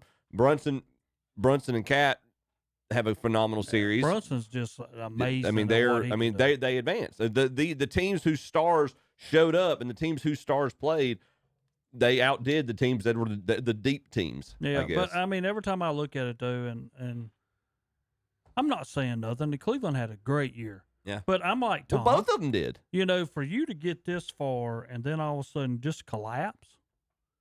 I mean, I still say Boston's first 2 games that was a total collapse. You just don't lose games like that. Cleveland had game 2 won and lost. You know, Well, that's like game they were 2 up for 20. They Boston. were up 20. We're up, and then all of a sudden we blow the whole 18-point lead with 8 minutes to go, and we lose by 1. They were up 20 in that elimination game and lost.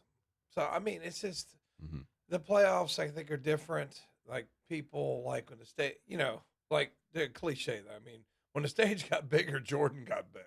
Yeah, and not everybody's like that. I mean, the stage gets a little bigger, and then you see guys struggle. Now, I'm not going to hate on anybody in particular, but when I watched that Cavs team, I'm telling you, in that game 5, Terry, it was hard to watch. You know what I mean? It's hard for me to watch Boston it was last night. It was just like, you guys are so bad right now. But it's I hard watched. to watch. I finished watching. And Indiana wasn't exactly setting the house on fire. Cleveland was that bad in game 5. Well, that's how Boston They was. were that. They the were that Knicks bad. should have. I mean, Boston should have won that game, that series 4-1. I mean, for a while it was like miss. Like I felt like I was back at Burns watching a JV game. You know what I mean? It's just like, what's that? Cavs at home this season, Tom. 36-5. 0-5 against the everyone but the Pacers. I'm just telling you. 0-5. I'm just telling at you. home against the Pacers. I'm just telling you, man.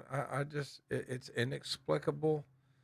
You know, you got a first-year coach, and okay, he's going to learn from this. Like, and I don't think I haven't heard anything I haven't been following it as closely because I just got disgusted with it, and I'm disgusted with Browns and Cavs, so I'm just not following it right now. But you know, just before you scream, because what's everybody scream today, Terry? Fire the coach, right? Fire the coach. Yeah. All right, this was his learning experience, right? This was his learning experience. And he'll Boston learn from and this. Cleveland both will be good next year, no matter what happens. They'll be I'll good. tell you something else, though. If I was Boston right now, I'd be calling Dallas. I'll send you Porzingis. I'll send you Hauser, and I'll give you a first-round pick sometime in the future sometime that you can have. Just let me have the first pick. They'll laugh at you so quick, Terry. That's the most ridiculous thing I've ever heard. He says ridiculous things. All right, speaking of ridiculous things, I'm how going about to help you with 3 people. How about Golden State and Timberwolves here? The future. Look, guys, the championship's over. Timberwolves won this. I just want you guys want to write this down. Like the best player in the NBA. I told you he's taking over when he was drafted. This is it. This Michael's son is taking over the NBA. It's going to be cool. Nobody in the East who's going to guard him.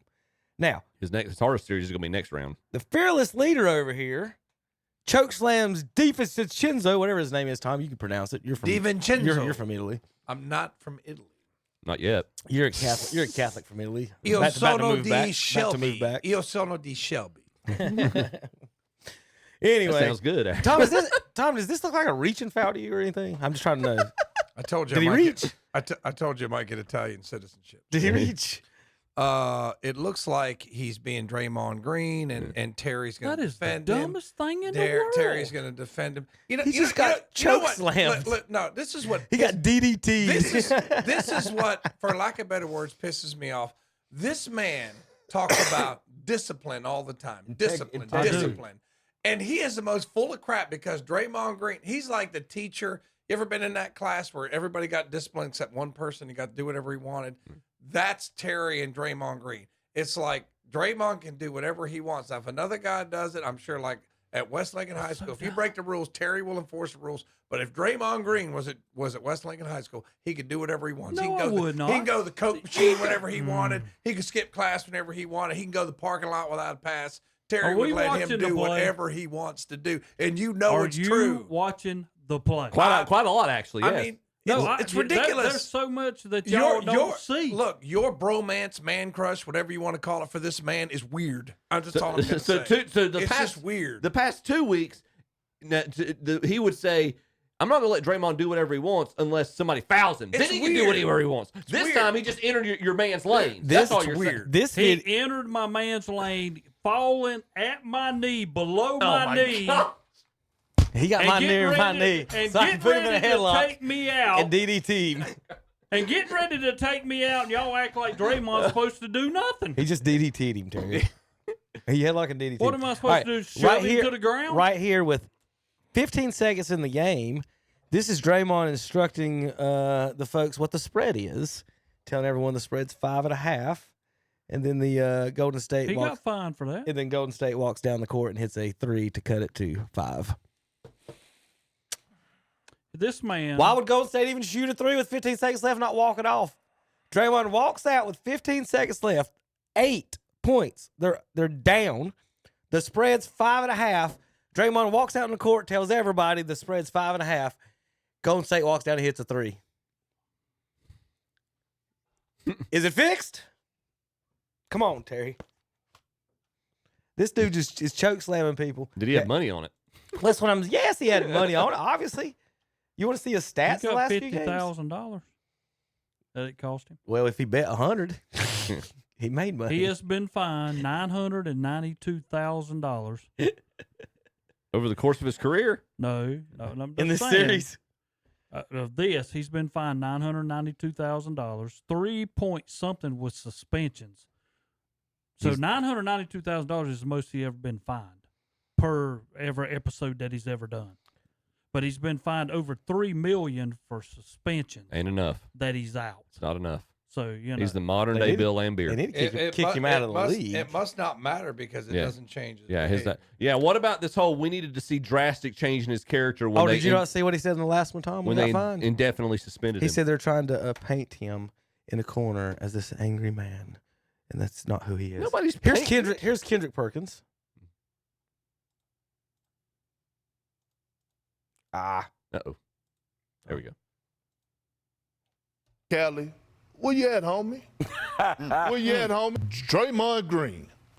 And since we're in Cali, where you at, homie? Where you at, homie? Like, I'm just being real here. We talk about since Steph went out game 2, one could argue that he was trying to get ejected. Game 3, he gave him absolutely nothing.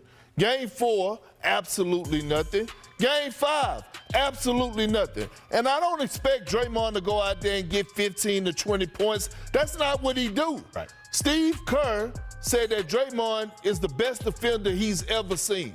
Steve Kerr played with Dennis Rodman. Yep. Julius Randle shot over 50% when Draymond Green was guarding him.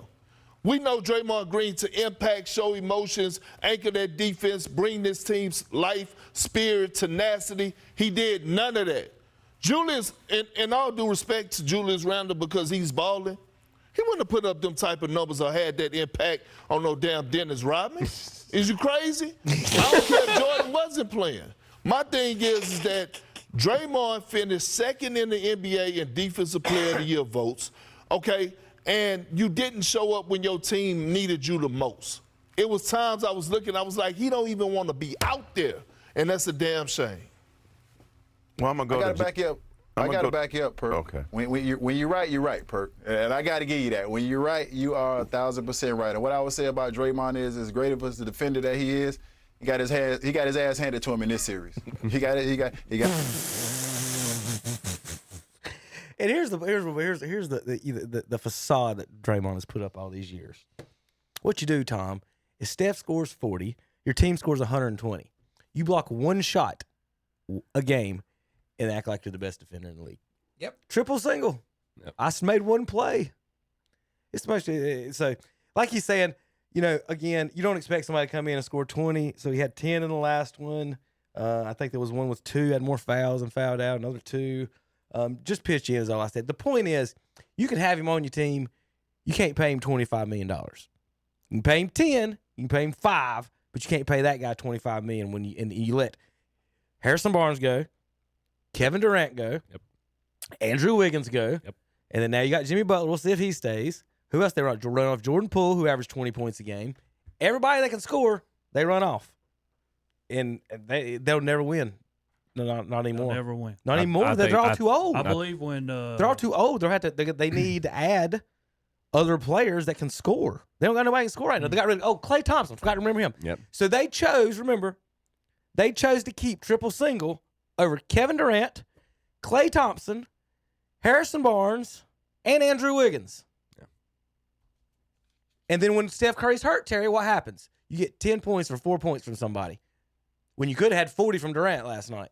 Do you really? You can't tell me that Steph Why would you choose Draymond Green on your team over Kevin Durant? They did. You can't tell me Steph doesn't have some input with the front office.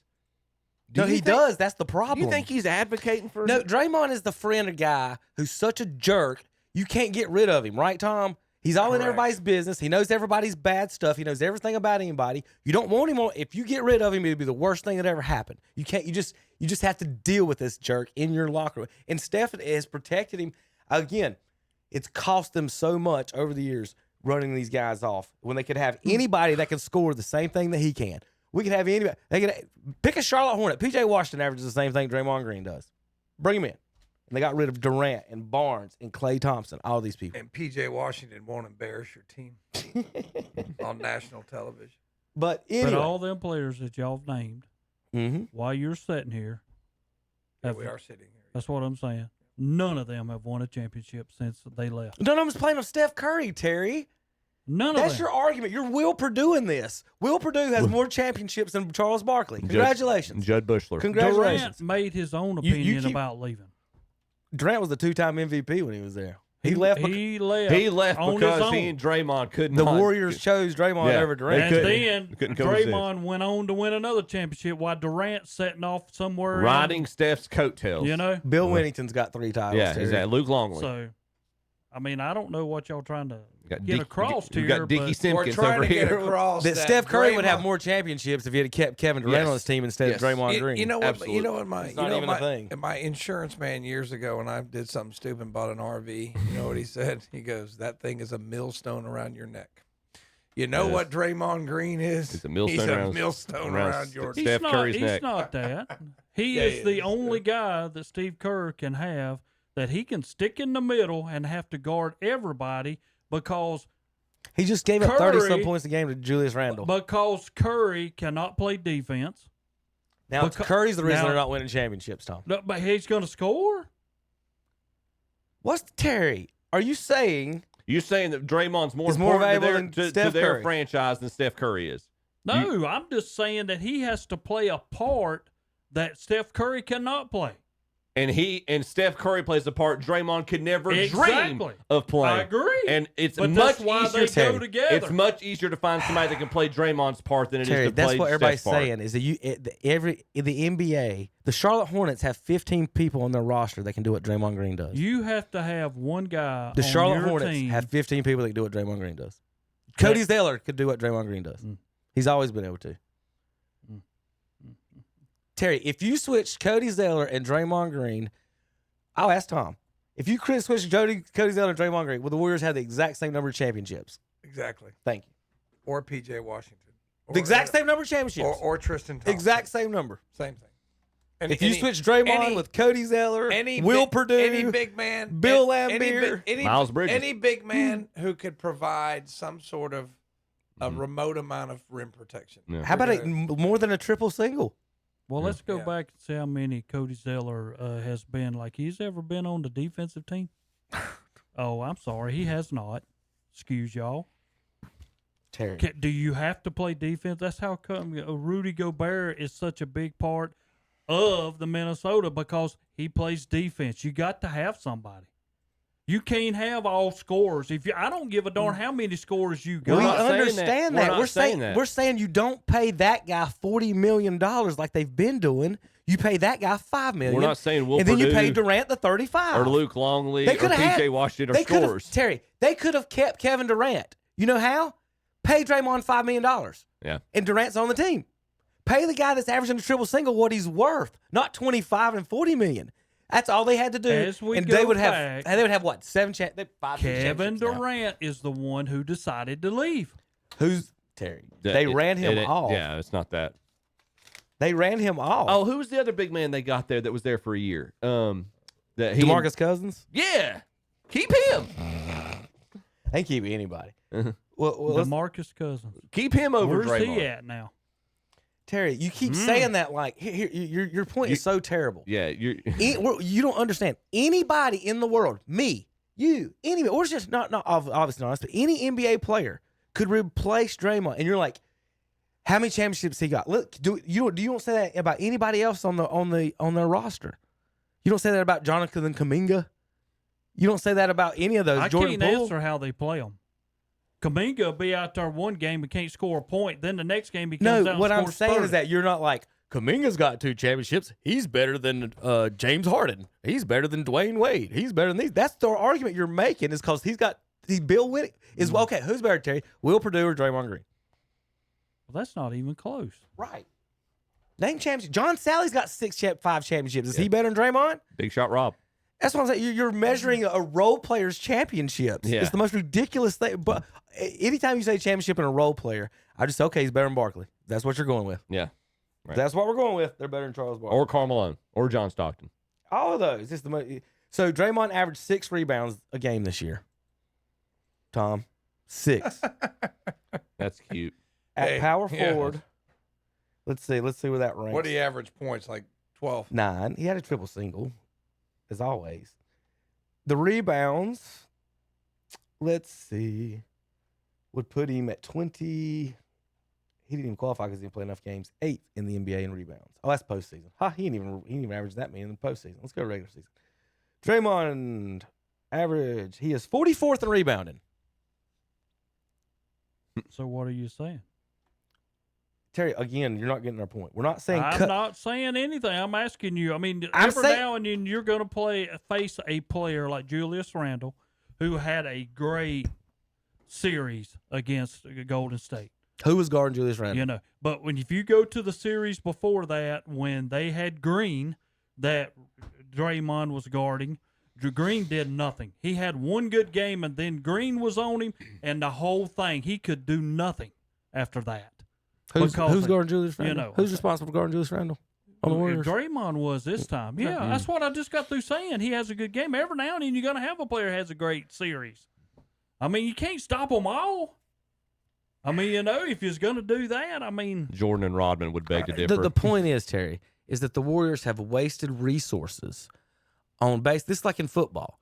You're paying the fullback. He's got a job. He hits people in the mouth. He fights people. But you don't pay the fullback $40 million.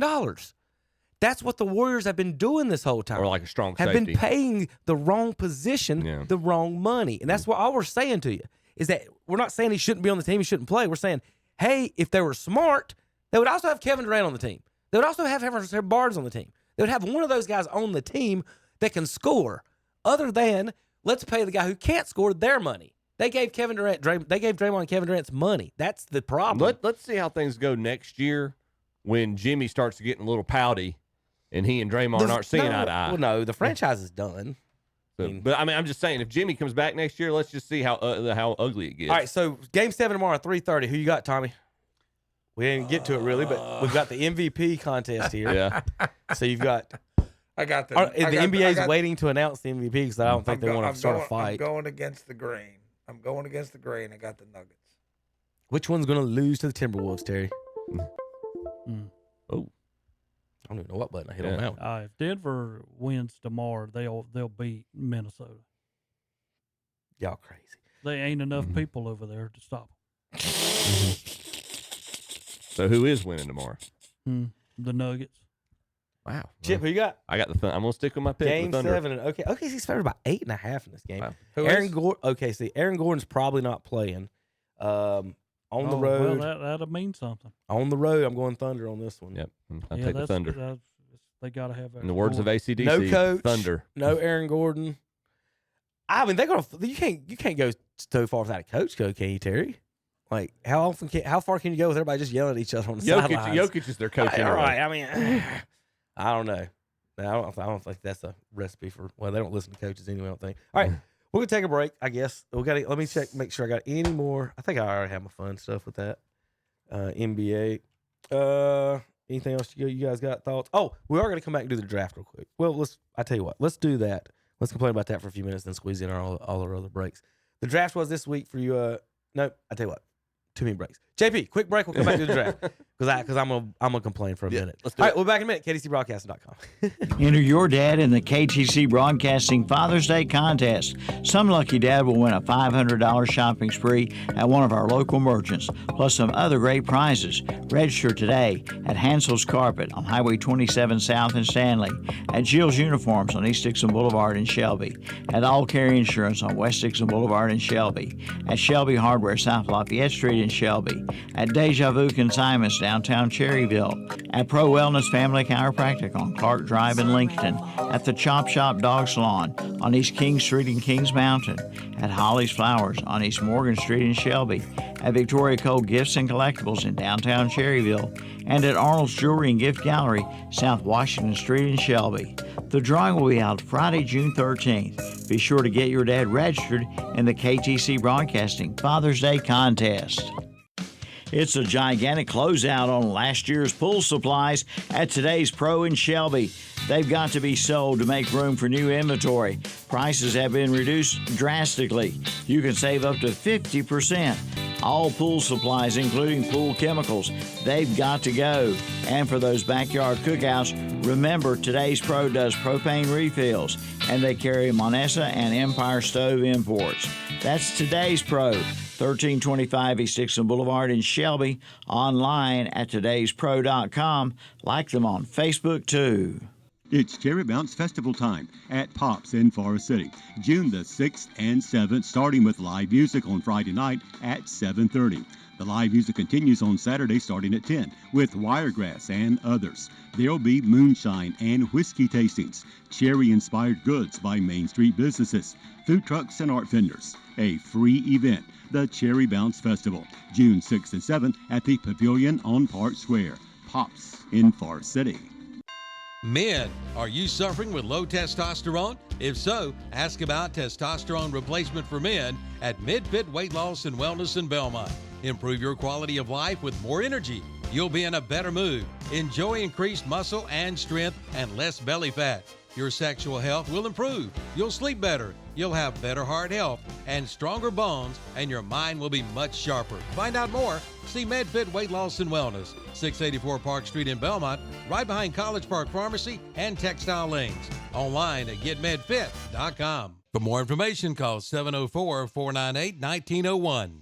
Congratulations to all of our seniors at Hillbilly's Barbecue and Steaks in Lowell. The diploma you hold in your hand is like a key. You will use it to unlock your unlimited potential and the countless opportunities the world has to offer. These opportunities can bring you joy, peace, and prosperity. Again, congratulations from everyone at Hillbilly's Barbecue and Steaks, 305 South Main Street in Lowell. Online at hillbillysbarbecuesteaks.com.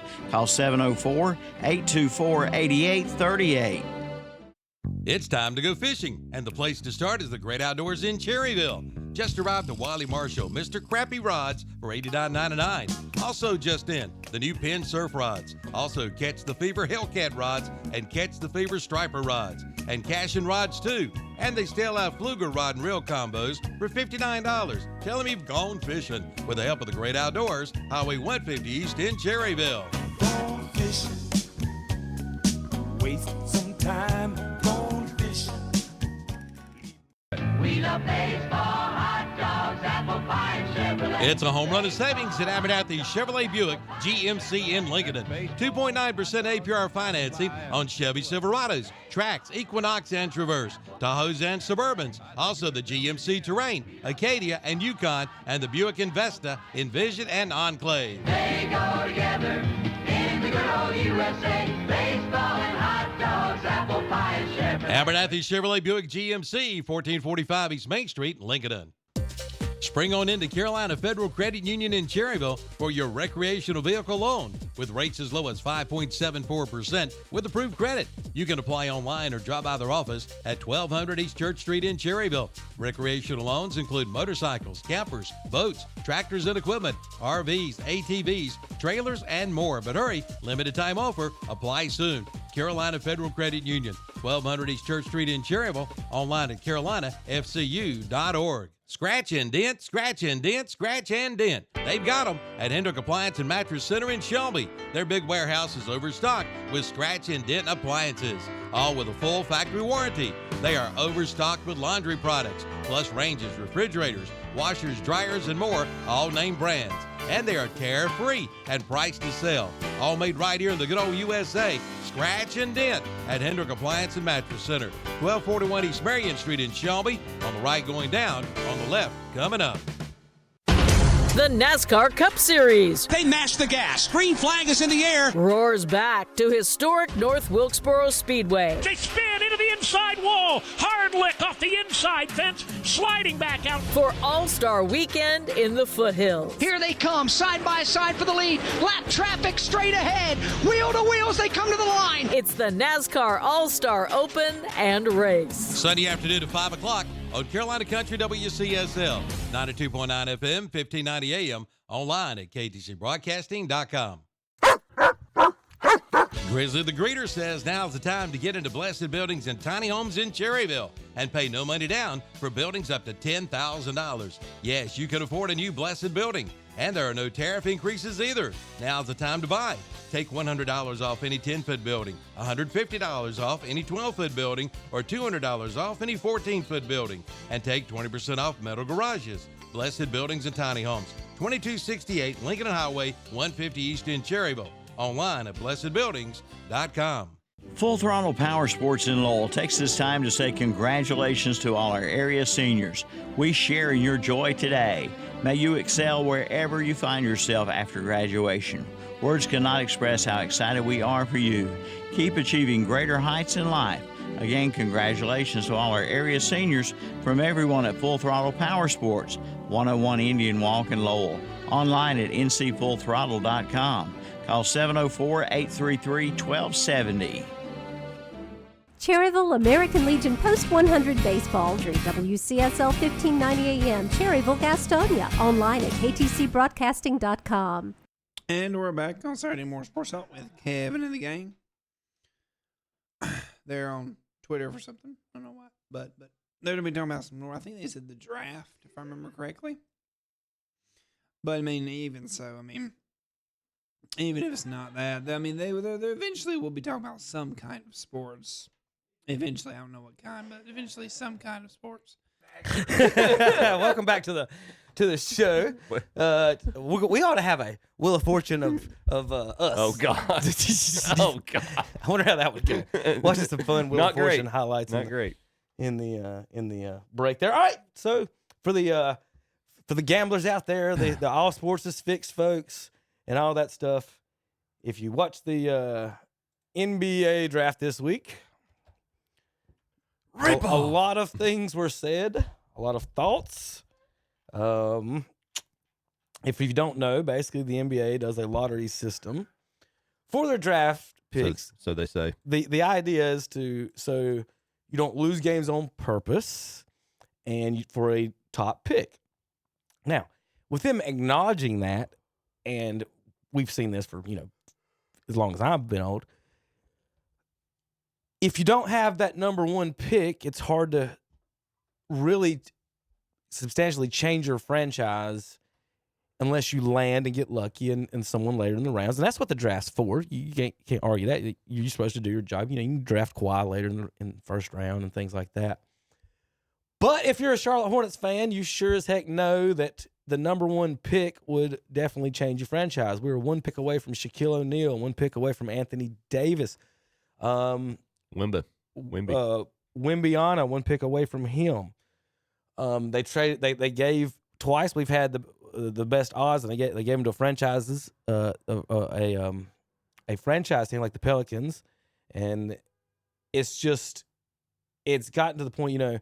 We always get the second or third or fourth, whatever best player, which is it's the best pick. Let me say that pick. We never pick the second or third best player because we always mess up the pick, which is fine. But the problem is, again, you look at the top of this draft, it's designed to keep you from tanking. But what are you supposed to tell Charlotte Hornet fans when they come into the season this year, we had LaMelo Ball was our only star.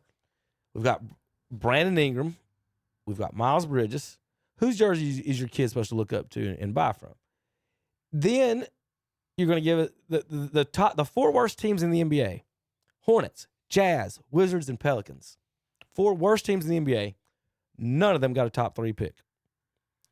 Dallas Mavericks have a full starting playoff lineup and just added the number 1 pick in the draft. San Antonio, they've got they get, every time they're in the draft, somehow they get one of the top 2 picks. Now they're going to get to add to their starting lineup. Philadelphia as well. And the Hornets and everyone else is the supposedly left of scratch. I don't know anybody else. I don't know. I haven't went through the draft stuff. But it's just the Hornets not getting the number 1 pick. I understand how the lottery and stuff works. I'm complaining that none of the 4 teams that had the 4 worst records are no longer. What are they supposed to do? Mm-hmm. Just hope and pray. Charlotte, we don't sign free agents. Terry, they went on TV and asking these experts, who would it change their franchises the most by getting the number 1 pick? And they come out and said Dallas and San Antonio and teams like that and Houston and these big name teams.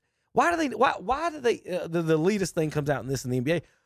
How do they not say that the number 1 pick would substantially change the Charlotte Hornets or the Utah Jazz or the Washington Wizards? Like, those teams need them, do they not? Boston. Well, what is it? A couple years ago, Boston and LA had the top 3 picks. The Lonzo Ball years, y'all. Here we go. Boston, LA, top couple picks. Where's the Hornets? 4, 6, 7, 8, 9. And this whole concept, like, they're trying to make it sound like we had great percentage chance of getting the number 1 pick, but because we're ahead of the Jazz, the Wizards, and the Pelicans in the order, they're saying we should be happy with that. We should be. You still ended up ahead of all the other teams that had a high percentage chance. No, that's not how it works. I'm just the system isn't right if you got 3 teams on the edge of the playoffs get to add to their playoff roster, and the 4 worst teams in the NBA don't for the most part, unless, like you said, you got to hit, and we'll talk about that later, how to hit. But Adam Schefter tweeted out there's talks in the NFL of doing this as well. It's all about TV ratings. They're talking about the money that they'll make and everything from it. So there's talks in the NFL about it. So Tom, how would you feel? Browns go 2-14 this year, and next year well, you got the 10th pick. Not the first or second. You got the 10th. Yeah, that would, So, like, do we need to let teams just play out the season and forget this lottery type thing, or how about some type of a guarantee, guys? It's only a lottery of the bottom 5 teams or something. I don't know. How many your solutions or thoughts, guys? It ain't right how it is. How many teams are in the lottery? The 14. So 14. Oh, definitely cut it to you could solve it. I could see the top 4. And then all the rest of everybody else is in order. Right. Top 5 of the lottery. Correct. And then the rest. And then the rest. Yes. I think that. What about the teams that don't make the play-in? I go with the top 5. Because the teams are in the play-ins. That's still 4 teams. So then you got 10. If you just took the 10 bottom ones, that would be the 10 that didn't even make the play-in tournament. I wouldn't even do 10. Right. I would do. I think I like 4 better than 5 for some reason, Kevin. I just think 4's good. That way you're not completely tanking. You could argue. Take 2 worst teams from each conference, and there you go. The Browns are starting Bailey Zappi game 17. Okay, you know what I mean. All right. Well, right. There's a certain point. Okay, like I paid my ticket. I didn't buy a season ticket to watch Bailey Zappi play quarterback. So I mean, like I get like you may be at this point. We're not trying to win anymore, but at the same time, I don't think that a team that the excellent point is the Mavericks made the play-in tournament, and now they have the number 1 pick. Without trading for it, right. Like, a legitimate, hey, we're trading for the number 1 pick. You got to give me a guy. You know what I mean? And the only reason they don't have it is because Kyrie got hurt. They wouldn't have been in. They wouldn't have even been in the lottery if Kyrie doesn't get hurt. So it's just completely. And then San Antonio, the luck that these teams have, it's just frustrating. You think it's luck? You say it is. The San Antonio thing. I don't. There's no way they continue to just keep hitting in the top 3, no matter what they do. But it's not like a supersized. It's not like a supersized media market. So. Right. So Patrick Ewing going to the Knicks was not the luck. theory is I if you mean- trade your team, if you trade your star to the Lakers, the NBA will give you a number 1 pick. It's happened 4 times or 3 times, and then one with LeBron leaving. That makes more sense. So Chris Yep. Paul traded to the Lakers, Luka Doncic traded to the Lakers, Anthony Davis traded to the Lakers. Every single one of those teams that traded their star to the Lakers got the number 1 pick the following year. The year LeBron leaves for Miami, makes the decision. The Cavs get the number 1 pick the following year. Yeah. Then 2 more number 1 picks. They blew the Anthony Bennett one, obviously. Yeah. But still, y'all have had 3 number 1 picks in a span of and then count LeBron. How many number 1 picks have y'all had, Tom? 4 or 5? Yeah. We've had none. We've had one. We in had franchise, one. in franchise history. The first One. year, our first year. 1. Well, I think NBA's, and maybe I'm in the minority. I think the NBA's overcomplicating this. Again, why would it hurt? Why would it hurt if the Charlotte Hornets got a star player? That's all they're saying is y'all technically got a star player. I'll put it this way, Terry. You might agree with me. I'm kind of happy we didn't get the number 1 pick. I don't want no dude from Duke coming to be the. He ain't the best player in the nation. Yeah. No, he ain't. Yes, he is. He's Gordon Hayward. We're picking Gordon Hayward number 1. No. Is he Luka Doncic or is he Gordon Hayward? If he's Gordon Hayward, it's the dumbest pick of all time. If he's Luka Doncic, but he ain't Luka Doncic. In between. He's in between. If he ain't Luka Doncic, he's not worth the number 1 pick. I'll say this, Kevin, though, I don't think it could be like pure prejudice against small markets because look at what Milwaukee's done. Look at what Indiana's done. Giannis wasn't drafted number 1. But Milwaukee would have done nothing without Giannis. Yeah, but what I'm saying you got to is hit on the star. What I'm saying is you're saying, well, the NBA doesn't want Charlotte to have a star player because maybe it's a small market bias, but I don't really see that. I mean, the small market teams are doing okay in the NBA. So I think it's more of a Lakers bias than a small market bias. I mean, I just think it's not like prejudice against Charlotte. I think it's prejudice for the Lakers. Correct. I mean, I think I get that. Yeah, they want this. If they want Celtics Lakers in the TV, they're gonna watch how many articles. Watch how many people talk. Well, nobody wants to go to Indiana and Minnesota for the finals. Why not? I think that'd be a great series. No, Tom. For basketball, it's great. The people with money involved, the ESPNs of the world, the NBAs of the world, do not want Minnesota and Indiana in this final. The same reason they do not want Indiana and Minnesota in this final. The same reason they want Scotty Scheffler and Roy McIlroy Correct. in the week competing. They're trying to make money. They're not trying to care. They don't care about how good the basketball is. Let me. I'll say this, and again, I might be or maybe I'm in the minority here, but this. Which draft has better ratings, NBA or NFL? And now, obviously, there's a more popular sport nationwide, but just do away with the lottery. Who cares? I mean, who cares if they're taking? They did a whole TV show on the lottery. They're not getting away with it. They just made millions of dollars on Cooper Flagg sitting there, maybe getting drafted. Yeah. Like he didn't even get. We don't even know if he's number 1 pick. Somebody might trade for him. Like Terry just said, the number 1 pick. If you're Dallas. And if I'm Dallas and I got a starting lineup here, would I rather have Cooper Flagg or trade for a veteran to go with Kyrie and Anthony Davis? That's another money ploy just to why wouldn't I ask? Why wouldn't I call Minnesotans? I mean Milwaukee and be like, hey, Cooper Flagg for Giannis. What do you like? If you gonna let him walk? You gonna trade? You got the number 1 pick. They're talking about the Spurs doing that because the Spurs have 2 picks. The Spurs could give 2 picks. Yeah, 2nd and 4th pick to Milwaukee. Yep. For Giannis. So again, highlights. Remember, this is I immediately did my research. That this is the first. I typed in NBA mock draft after the draft. Hornets are 4th. Let's see who they say they got us picking. Some guy named VJ Edgecombe. Mm-hmm. And Terry, I clicked on the highlight for him. This is the first thing. Here's the draft. Here's his highlight. And this is what was the first thing that showed up on Twitter. Y'all watch. Y'all ready? Charlotte Hornets. Here we go.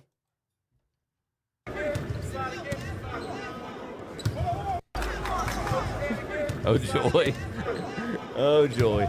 You know what I'm told he can do, Chip? He's athletic. He can play some defense, and he can jump. So you can either have the number 1 pick or you get this. And for the people listening on the radio, trust me, it's nothing but the dude firing up a 4-foot shot, airball 3-pointer. Almighty, Charlotte Hornets basketball. And this is what the NBA wants. What the NBA wants. I do think that I'm not dismissing. I agree with both you and Tom about the Laker bias. I don't know if I fully agree with Tom about there's not a Charlotte. I think they look at Charlotte as like the black hole of the NBA. I don't think that's true because I think like Charlotte is a growing city. It's not as it's not New York. Okay, we know that it's not. Tom didn't see LA. the highlight, did he?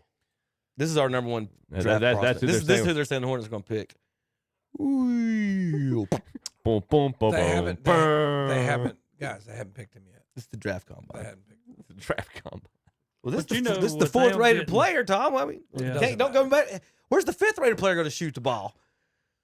Okay. Charlotte Hornets strategy regarding we're playing defense, Terry. Go ahead. But I'm just saying Dallas. So Cooper Flagg fit right into their mode. All the positions are filled as the starters. I'm not picking no douchebags. Thank to you. go along I with just said Kyrie that's what I was Irving. just trying to say a minute ago. To go along with Anthony Davis, to go along with Klay Thompson. What No, more do you want? He's filling right in. No Duke douchebags. Sorry. Nope. They already got one. Yep. Nope. Charlotte Hornets, number one pick in 34 years. 19 other franchises have had a number one pick in that span. The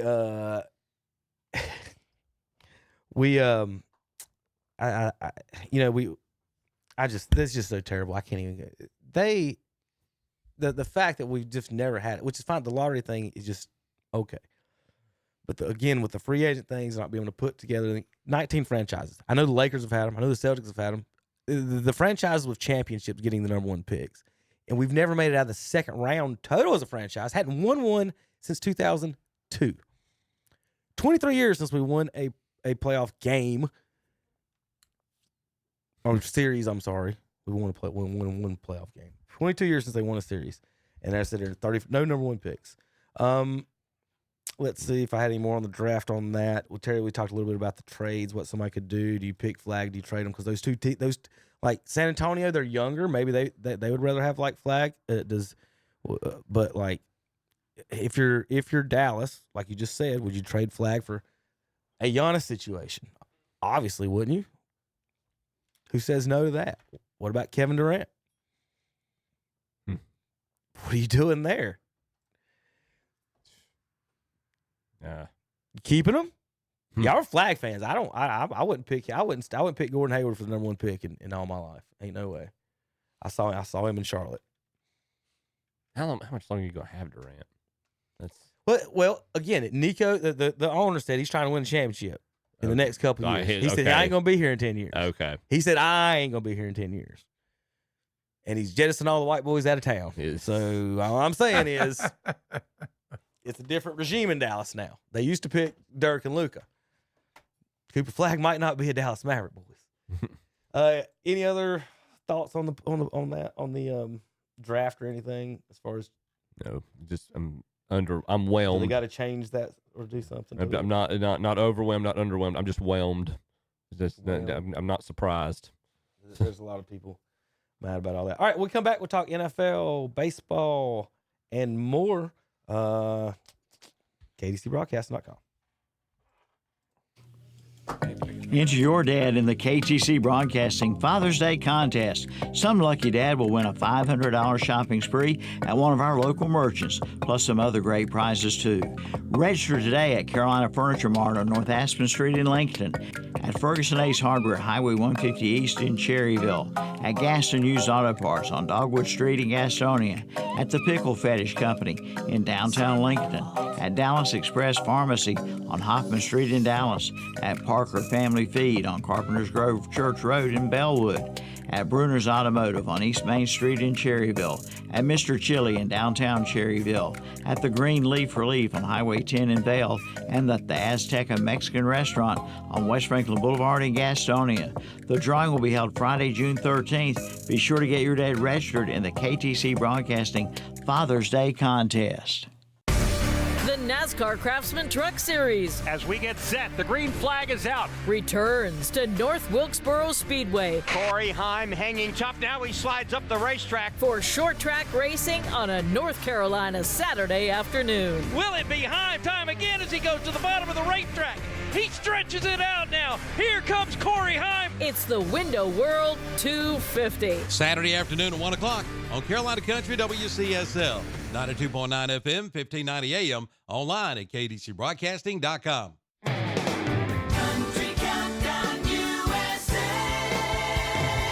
I'm Lon Helton, inviting you to join me as I count down the top 30 hits in the USA with my co-host Jason Aldean, who's ready to take over the countdown. Trying to get your job, man, if this music thing doesn't work out. But I'm glad my music career's doing well, too, because that's really what I want to be doing. So. That's Jason Aldean this week on Country Countdown USA. Wednesday at 1 p.m. on WCSL 92.9 FM, 1590 AM, and KTCBroadcasting.com. Join us for our live Sunday morning worship services on WHS. It's the Sunday morning worship service from Calvary Baptist Church in Shelby, and on WCSL, it's the Sunday morning worship service from First Baptist Church in Cherryville. The CF Moto Rev and Ride sales event is underway at Full Throttle Power Sports in Lowell. Get financing as low as 1.99% APR and rebates up to $1,500 on select models. And get the Suzuki King Quad for 0% financing for up to 36 months for qualified buyers, plus up to $1,600 in customer cash. But that's not all. It's Honda Bonus Bucks with up to $200 in bonus bucks on accessories, the Honda Care Protection Plan, or use it for your down payment. See Full Throttle Power Sports, 100 Indian Walk in Lowell. Online at ncfullthrottle.com.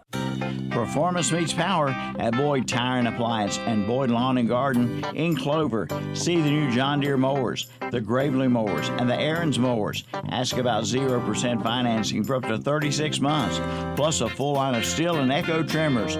Keep your lawn looking sharp with a stop in at Boyd Tire and Appliance and Boyd Lawn and Garden, located at 110 North Main Street in Clover. Online at BoydTireandAppliance.com. And we're back on Saturday Morning Sports Out with Kevin and the gang. They're talking about something else. Better form than Michael Kidd Gilchrist. 100%. 100%. Nice shooting form, JP. Listen, I could give Terry a 12-pack of beer and he'd beat Michael Kidd Gilchrist in a free throw shooting contest. I'm 100% on that, right, Terry? Like, good Lord. Probably beat LeBron. He shoots, 74%? You can beat that, can't you? But not Jason Tatum. Would you have to go underhanded after 12s? Did you shoot underhanded, Terry? No. Rick Barry's trying to get some of these boys to shoot underhanded. They ain't doing it. They just won't do it. All right. Baseball season. We'll do that since it's not football season. We ain't really got much football too. How about Shoeless Joe Jackson and Pete Rose have been reinstated after death? Mm-hmm. That doesn't mean they're in the Hall of Fame. That means they're now eligible to be voted in the Hall of Fame. I assume Joe Jackson won't have a problem. There are still a lot of writers who are come out and said that they will not be voting for Pete Rose because they know him. And they don't know Shoeless Joe Jackson. Right, I guess. Is that what? And the thing about it is, every one of these baseball parks are promoting gambling now and doing gambling, and to come out and say all the players ain't got their Tom. Like, I'm friends of Tom. Hey Tom, make me a $50 bet over here on your DraftKings app. Right. Like Shohei Ohtani, he was stealing, but that's pretty much probably what was going on. But like that, but Pete Rose ain't in. But should they be in, Terry? Should they be in? Yes. Okay. But now here's your bottom line, and this is where I get kind of frustrated, because in Major League Baseball, there's less than, maybe right at 3,000 guys total. The whole scenario of baseball in the history have ever played Major League Baseball. And that's hard to believe. Out of the whole history of Major League Baseball, if they've 3,000, you're lucky. It might be a little over, might be a little less. It's way over 20,878. 20,000 is how much? According to Baseball Almost Almanac. Since 1876. Okay. I don't know how far back you want to go. 1876. Okay. But if you go by that, how many have been in on their first vote? 62, 63? So a lot of them never even make that. You're asking how many first ballot Hall of Famers? Yeah. There's not many. So getting in on your first vote is not a primary thing in Major League Baseball. It's usually your second or third time they let you in. But should Pete Rose be in? Yes. If you're the number one hits leader, they shouldn't be, no question. And 62. 62. Yep. Well, see there, 62 players out of the history have made it in off of a first place vote. But I was going to say, it's not just because he gambled, Kevin. I think because he's just unremorseful, and they see him as a jerk. Well, that's what they're doing to Bonds. Right, but and right. Is it A-Rod that's not in? No, A-Rod got in. Which one is the A-Rod's not gotten in. A-Rod, that's Yeah, but does that mean the guy's a jerk, so we're not going to let him in the Hall of Fame? It's not really what the Hall of Fame is That has nothing to do It's with not what it is. It's not a character Hall of That's Fame. it. And Pete Rose is never going to be in the character Hall of Fame. No. We all know that. But he still had over 4,000 hits. I mean, it's Bonds and A-Rod are not in it, and David Ortiz is in it. I know. It's definitely if they like the guy Who type of thing. was suspended for steroids. Right. Yeah, he was actually suspended for. Yeah, David Ortiz was suspended for steroids, and the other ones weren't. So A-Rod yeah, was. well, Yeah. so again, the whole thing, and it's the same thing with the Yankee votes, is that it's baseball writers that are doing that. They're in charge of this, not like actual baseball players or anyone that has anything to do with They baseball. can't even think about even going in. What is 2027? Yeah, that's what That's they're the saying. first chance. Oh, is it? He's got to wait. Yeah, He's got to wait still. Well, that's it. It's like 2027 before his name may even be brought up. Can the I thought the veterans committees could add them at these. It's after the eligibility of the. So he has to go through the. So he has to wait 5 years. He's already retired. How is that even? How's that even legally make sense? It's not even 5 years because again, it's like 2027, which is only like 3 years. Didn't old Pete have like a teenage girlfriend at one time? I do not. Like What's way that got back to in do the with day. anything? I'm just talking about his character. There's things that they hold against him. His character issues are why he's not. Nothing wrong with that. You can coach Carolina football if you do that. Yeah, true. I got some fun on that a little bit too. I think it was like The horn has blown. Tee times are delayed at the PGA Tour, and Rory is mad. Whammick wham, dude, you're in last place right now. He's gonna miss his flight. No, he made the cut. He made the cut. He made Yeah. the cut. He's in the running. They blew the horn, so they're this pause at the PGA right now. Paused at the PGA. Quick story. I think you appreciate it. Sorry to go back to golf real quick. So 2017, the first year the PGA was at Quill Hollow. I was actually a volunteer. So I was off duty, I was off shift. I was up 18T is the first round, and they slow play everything. They started around out of daylight. So I forget, one of the marquee groups was Dustin Johnson, Jason Day, and I forget who the third guy was. So they're down on 17. Well, they know we're running very close to being out of daylight. So, but they have, the rule is, so they're down there putting. Well, Dustin Johnson putts out, runs over, jogs, hands his putter over to his brother, who's his caddy, Austin. His brother gives him the driver. He comes trudging up the hill to 18T while Jason Day and the other guy are still putting out. He gets on the tee box, goes ahead and hits his tee ball. The rule is, as long as one of your players has teed off on the hole, the entire group has the right to finish that hole even after the horn blows.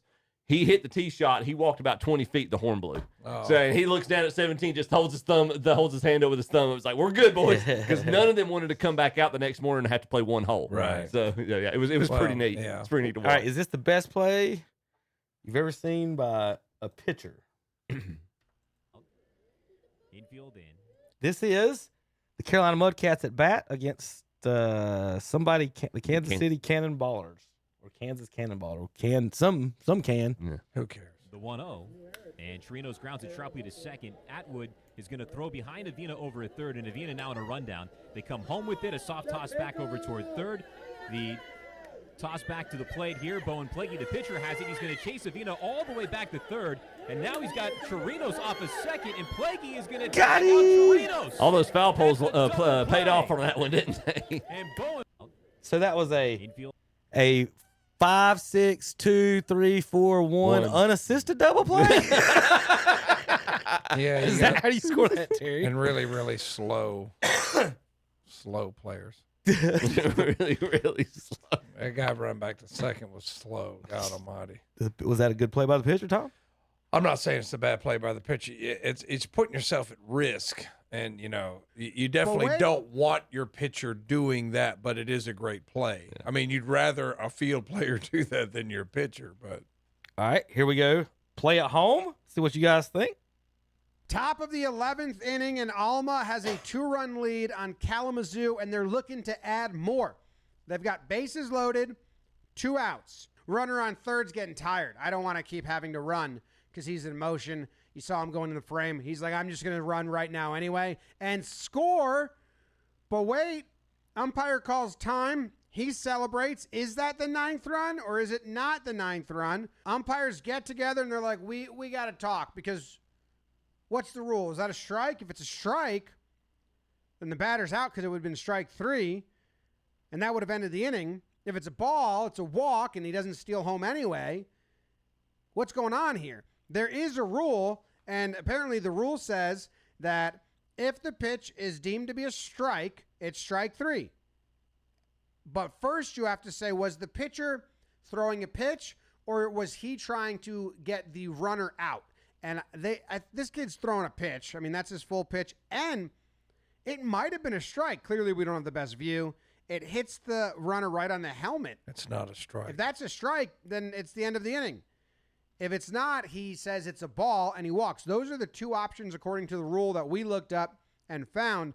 The umpires get together and are like, you know what? Redo. That didn't count as a pitch. That's what they decide. The runner goes back to third.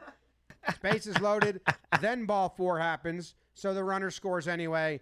They get the 9th run, and then they get out of the inning right after that. But that's a rule that... All right. So, before y'all say anything, my first question is this. Do you not have to go by the rule, the order of things happened? Correct?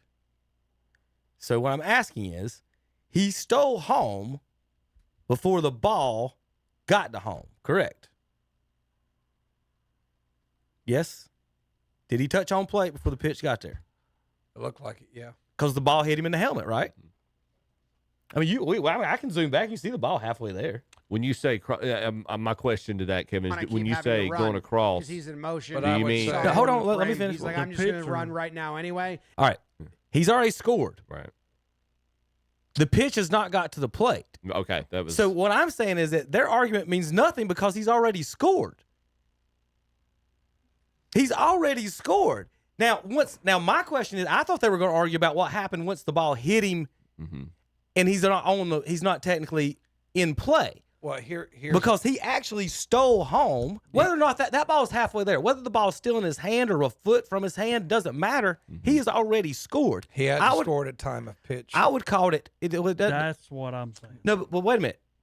That's not always order. It's time of pitch. Yes. The pitch was coming out of his hands. It's like this. It's like this, Kevin. Let me give you a different scenario, then I'll let you finish. Like, say that he's stealing home, so he hits a weak ground ball. He scores, but then it hits the runner. Well, if it hits the runner, he's out. You're going to send him back to third because where was he at the time of the pitch? So you can't say, well, he scored before that batter got hit with a ball. You can't do that. If a runner gets hit with a pitch, you're going to call time and say that's interference and put him back. To me, this is interference with the catcher. Interference. So the interfering player would be out, and you would. The runner's out. I would for say stealing home. Yep, he's it's interference on him. Like, he steals home, but it's interference on him because he disrupted the pitch. Right, the catcher's not able to catch because. Oh, let me ask you this. If he slides and touches home while the pitcher's in the windup, the time of pitch is when he begins. When he begins the windup. So you were saying it would be the exact same thing if I steal home and he's in the middle of the windup. Yep. And he throws that pitch and it hits him, and he's interfered. Like, if you want to steal home, that's you, but you just can't interfere with the pitch. You're interfering with your batter. That's fine. That's got nothing to do with it. But you interfered with the catching of the pitch, so you're out. Yeah, it's interference. Interference, you're out. You're out, and everybody returns. You're out. But he's already scored. Doesn't matter. He's out. You've interfered. All right. Okay. Well, hold on. Let's back up. Not a force play. Time of hold pitch. on. Different play. Chill out. Okay. All right. Wild pitch. Catcher goes back, and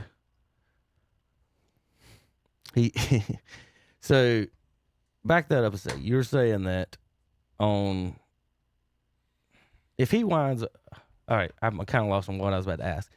The question basically was, if he scores, on a wild pitch, and the catcher throws it back to the pitcher, and he hits the runner that just scored, what is that call? Nothing. No. Unless he. Well, no. Okay. Is that not? I mean, I'm saying there's still runners running around. The kid scored. He stands up. The catcher tries to throw it back to the pitcher, and he hits the kid that just scored, and the ball goes fluttering around wherever. There's no call. No. But you're saying if he hits him after he scored on the pitch, then he's out. But how is that not interfering with the play already? That's my point, is that he's already scored, so he's out of the play. The ball hitting him is after he's already scored to me. And what I'm not saying y'all are wrong or none of this is wrong. I'm saying I don't think there's anything clear about this on the time of pitch argument, Tom.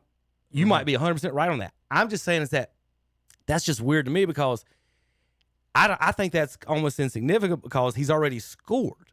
Like, it didn't matter, like, to me, like, the play, for him, the play's over. He's basically off the play. That's what I meant, like, so if it's a wild pitch and I've already scored and then I hit the guy, that should be interference too, should it not? It might not be clear. You know what? You're right. It might not be clear cut. So the way I would interpret it is this catcher has the right to catch the pitch. I won't argue that.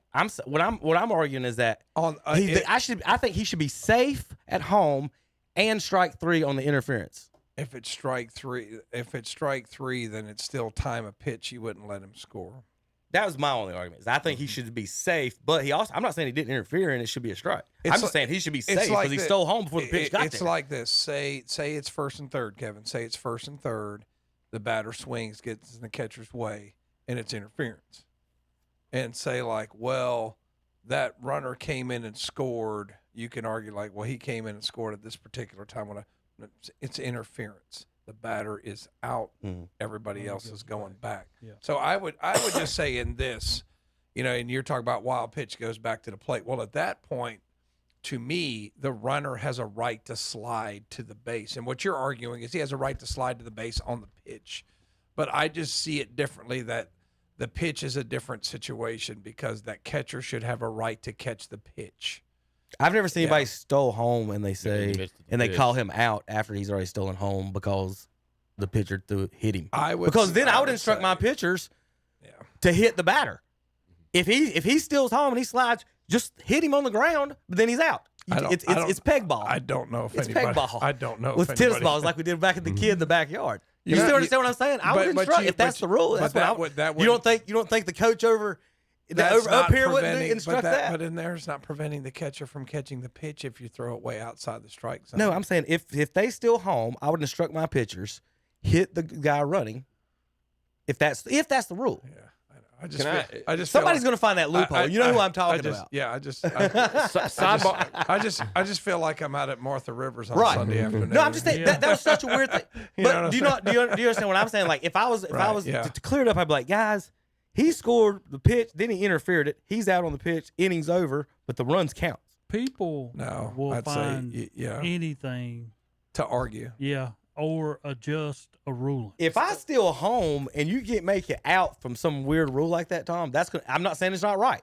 It's going to be the biggest argument of all time. It's going to be an argument either way. That he was out because I pegged him. I hate it when he's not even on the stuff play. Like that happens when I'm an umpire. Like for instance, I had, and this I quit. I won't tell you the whole context, but I just didn't go back the rest of the year after this because I just don't like the way some people handle things. But it was a foul tip. Okay, not a foul. Foul tip into the catcher's glove. Kid swung, got in the catcher's way, and I called him out. Okay? It's not like interference is not intentional or unintentional. We don't judge intent. Just like on that play, you don't judge intent. Did he stop the catcher from stepping and throwing? It doesn't even have to be contact, Terry. You know that. Even if he doesn't throw it. I was about to say, could you explain a little bit? Because my catcher for our team, and I've been trying to explain to him a little bit. He's a little guy. Right. So all these batters, every pitch they back up into him basically, and I'm like, dude, step into him and put it in his chest if you have to at some point. What some inexperienced umpires. Because he's throwing it into left field, trying to throw it over the guy. And I'm like. Some inexperienced umpires are going to say, well, there was no attempt. You know what I mean? But there does not have to be an attempt. There does not even have to be contact. Like if you're in the way and he like sidesteps you and then tries to throw, you let the play go And if he retires him, then you got nothing. If he doesn't retire the runner, then you call interference. Well, this kid steps out of the box and says, I tipped that. Kid, it's a live ball. I'm an umpire. I don't really care if you're an umpire. Okay, you know, it's just like, and like I'm trying, like I realize he's a 16-year-old kid, and his daddy writes checks so he can. Oh, play he wanted ball. to be dead ball. I get that. Well, I didn't touch him. And like he kept chain. You see what I mean? He kept chain. And then I'm going to the parking lot. I'm trying to go to my car. They won 9-0. Oh my God! I'm going to the parking lot, and there's this Staten Island daddy. What'd you do to my son out there? My son, you called my son out. He didn't mean to do that. It's like, well, he got in the way. It was a tip. It was a tip ball. It doesn't matter. I got the video right here. And I'm like, what's happening? You know what I mean? It's like, get away from my car. You won. You know, I mean, it's just like, I just don't understand. Like these people, there's a lot of. That's the way the world is. There's a lot of people who watch coach a travel ball team, and they think they're experts on the rules. Yeah. I mean, it's just one of those things, man. But just my knowledge of the rules, Kevin, what I would tell you, and people aren't going to like it, is he interfered with the catcher's legitimate chance to catch the ball. Mm-hmm. So therefore, he's out. After he scored. Yeah, I see that. That's what I would say. I see that. He did. I agree with you. Can I after he scored? Sidebar question about that play. Does the ball have to end up in the catcher's mitt or get on a foul tip? Yeah. It has to go directly to the catcher's to be able to be called a ball or a strike. Yeah. Okay. All right, here we go. Was that it? That's it. Yeah. All right, so we got to finish up a little NASCAR, a little NFL, just basically fun stuff here at the end of the day. We are going to North Wilkesboro this weekend for the All-Star race. So folks, get up there and check that out. I wish I could get up there for that. I still want to do that. This is a reporter out at Indianapolis Motor Speedway. Now, I'm not going to explain what he looks like for the folks on the radio, but he's not a Creedence Clearwater Revival fan. I'm just going to put it that way. Y'all ready? Fortunate son plays for some godforsaken reason. We're gonna. Oh my Lord!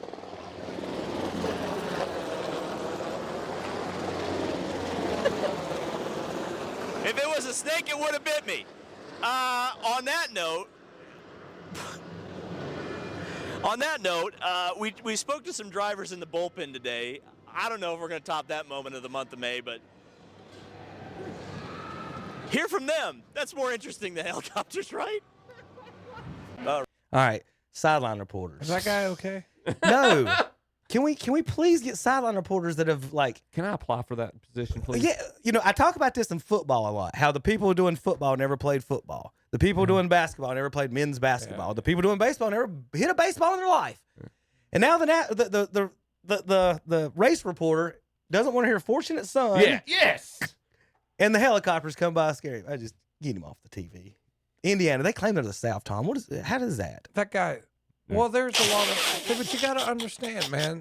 Back in the day, if you listen to my future son-in-law talk, you ever watch Hoosiers? I mean, he talk. You know what I mean? There's a lot of Southern influence in the southern parts of those states, Kevin. More than you realize. All right, we're going to go to break. We come back. We've got NFL schedule releases. The creepy one from the Browns elf. What's his name? I don't know. You know his name, Tom. I don't know. Elfie or something. Brownie. It's elf. Brownie. I just. All right, we'll be back in a minute. KDCBroadcasting.com. Load up the kids, load up the luggage, load up the pets, and head to the beach with your new 2016 Acura MDX from Oak Grove Auto Sales, Service, and Body Shop in Kings Mountain. This all-wheel drive SUV has been reduced by $2,000 and is now sale priced at $13,995. Or how about a 2012 Honda Odyssey EX minivan, reduced by $2,500 and now sale priced at $99.95. Check them out today at Oak Grove Auto Sales, Service, and Body Shop, 522 Oak Grove Road in Kings Mountain, online at oakgroveauto.com. It's a new schedule at Copper Penny. Now open Wednesday through Sunday at all locations. Choose from the most delicious menu items: ribeye, filet mignon, and sirloin steaks with any 2 sides, chicken, grilled salmon, pastas, wings, burgers, wraps, soups, and great appetizers. Open 11 to 10 Wednesday and Thursday, 11 till 11 Friday and Saturday, and now 11 to 8 on Sunday at Copper Penny. 3 locations: Forest City, Rutherfordton, and Lake Hickory. And be sure and check the Copper Penny Facebook page. Full Throttle Power Sports in Lowell takes this time to say congratulations to all our area seniors. We share in your joy today. May you excel wherever you find yourself after graduation. Words cannot express how excited we are for you. Keep achieving greater heights in life. Again, congratulations to all our area seniors from everyone at Full Throttle Power Sports, 101 Indian Walk in Lowell. Online at ncfullthrottle.com. Call 704-833-1270. America's most dependable trucks are found at Gastonia Chevrolet Buick Cadillac GMC in Lowell. Come in and see the lineup and special offers like 0.9% APR for 60 months for well-qualified buyers on the new 2025 Chevy Silverado 1500 5.3 liter. Average finance savings of $6,681, plus $3,500 in total cash allowance when you trade in an eligible vehicle. Plus, ask about military discount.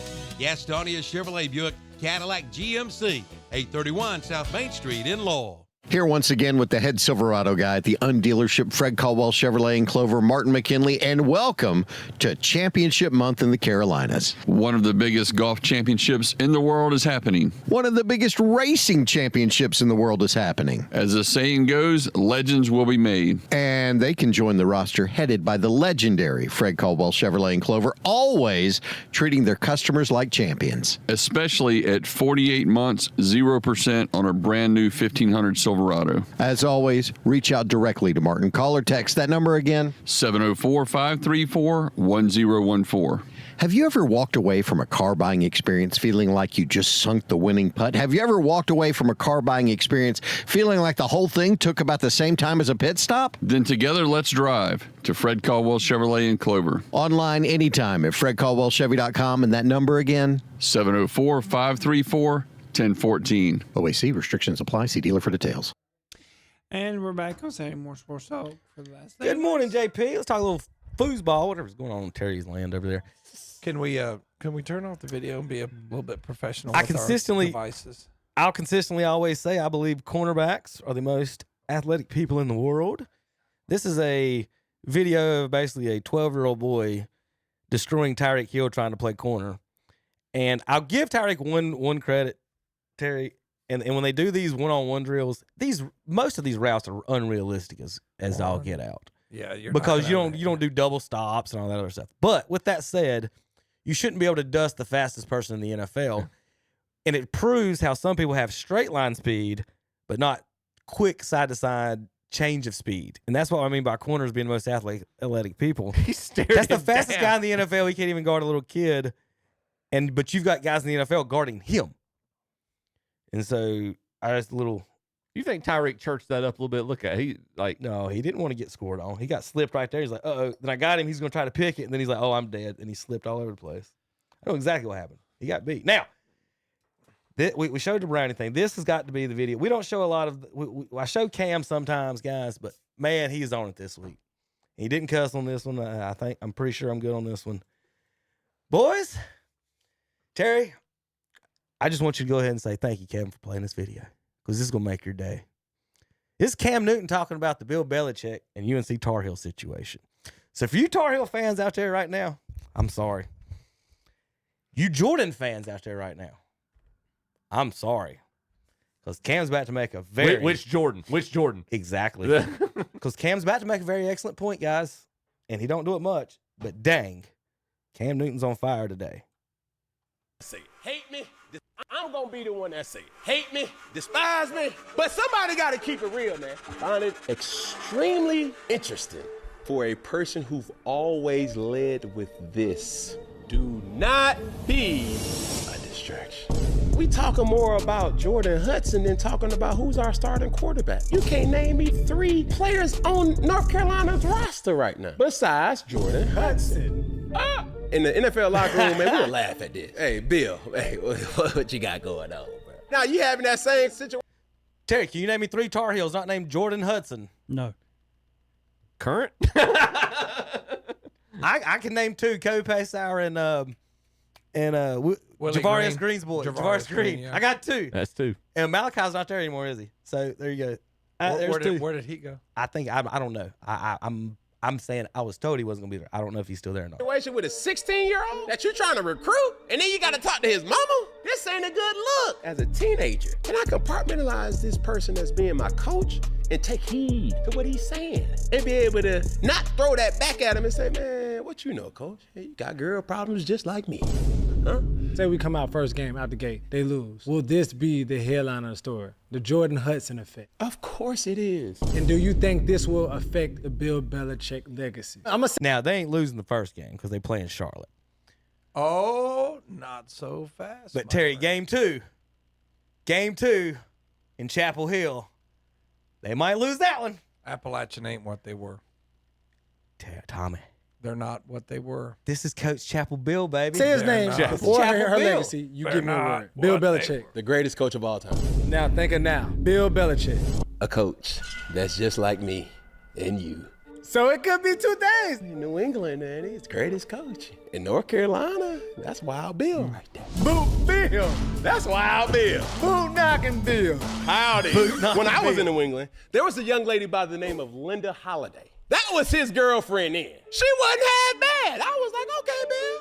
And then all of a sudden, Bill Belichick turned into a city boy. He ain't want no more classic cars, huh? He was outside. He was a player from the Himalaya. You would assume, being any type of sports fan, talking about a Jordan in the Carolinas alone, on the Eastern Hemisphere alone, in Chapel Hill, it was only one Jordan that we will be referring to. Michael Jordan. Jordan Hudson has shimmied her way into relevance. And now, instead of just saying the word Jordan in Chapel Hill. You gotta say Jordan who? Yeah. Hello. Yeah. Which Jordan? Do not be a distraction. Jordan who? You know, they had an old church song. Peggy. Jordan who? Say, get your house in order. Get your house in order. Oh, Do it today. So I will sing that same song. Hey Siri, sing that song. Hey Alexa, hey, sing that song. Hey Gemini, sing that song to my good brother Bill. get your house in order. Do it, fix it today. That's all I got, Peggy.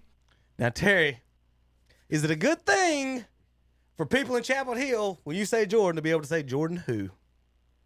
Well, This whole thing, it's hard to take him serious in that, but the school's got to do. They got to get it. They got to fire him. You know what? Get rid of him. Get rid of the whole family. I really do not. I don't care. I mean, I don't just, care. It's but if they don't want to be it- embarrassed, they need to It's get Chapel rid. It's Hill. over. It's an overrated university that gave fake. did you not classes hear to him the other basketball day when they were players. I don't talking care. to him? What's that? He come right out and said, "We are the 33rd NFL team." That's his goal. That's his goal. It's just like I'm not. That guy said, "So what are you telling me?" He says, "We are but- prepared our guys for the NFL, so we are the 33rd But NFL team." I just don't take the bait on these things anymore. It's like I don't care if like you want to turn Chapel Hill into a circus. It's fine. I mean, it's fine. It's do whatever. I'm gonna give you credit. I just hope They'll go 8 I and just 4. hope Kevin is wrong. UNC Charlotte beats them. I do too. And beats them and shows like, okay, well, you know, and I hate to say Cam Newton has a good point, but like if Mr. Sanafani has a 19-year-old girlfriend, he's kind of hard to take serious. Mm-hmm. You know what I mean? It's just like one of those things. It's like, okay, bub, what are you doing? It's You know, how much you paying this girl? It's you the know, I- I mean, it's just hard to take you serious. I mean, now, if he was retired on his yacht, Nobody hey, cares. Nobody cares. Yeah, Go ahead and nobody take cares. go ahead and take you a mistress. Nobody's gonna care. Rich guys do it all the time. but you're still like trying to direct people's lives. Look, you got No. people in Chapel Hill saying Jordan Hood. That's the biggest crime of the century. Yeah. That's all, guys. That's it. Real quick, Panthers' new wide receiver is having a hard time adjusting with humidity in the Carolinas. It's May. He's going to have a bad time in August. Yeah. Brown's new draft pick overall, Fat Boy, threw up in his first minicamp practice. I Look at this speed.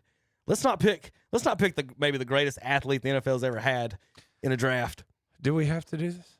I'm just showing the video. Do we have to Just do showing. this? Oh, there he goes, throw it up. Roar, roar. Terry can't take day one. There's two schools I do not draft players from: Michigan and Duke. And then finally, Anthony Richardson, who got tired to sit out, went under a 7-hour anesthesia, went to sleep to have his back tattooed. That's great. Good That's job, that's quarterback. That's what your quarterback's doing right now. I'm glad. Went yeah. went to sleep for a tattoo. All right, we'll be back next week. KTCBroadcasting.com. Welcome to James.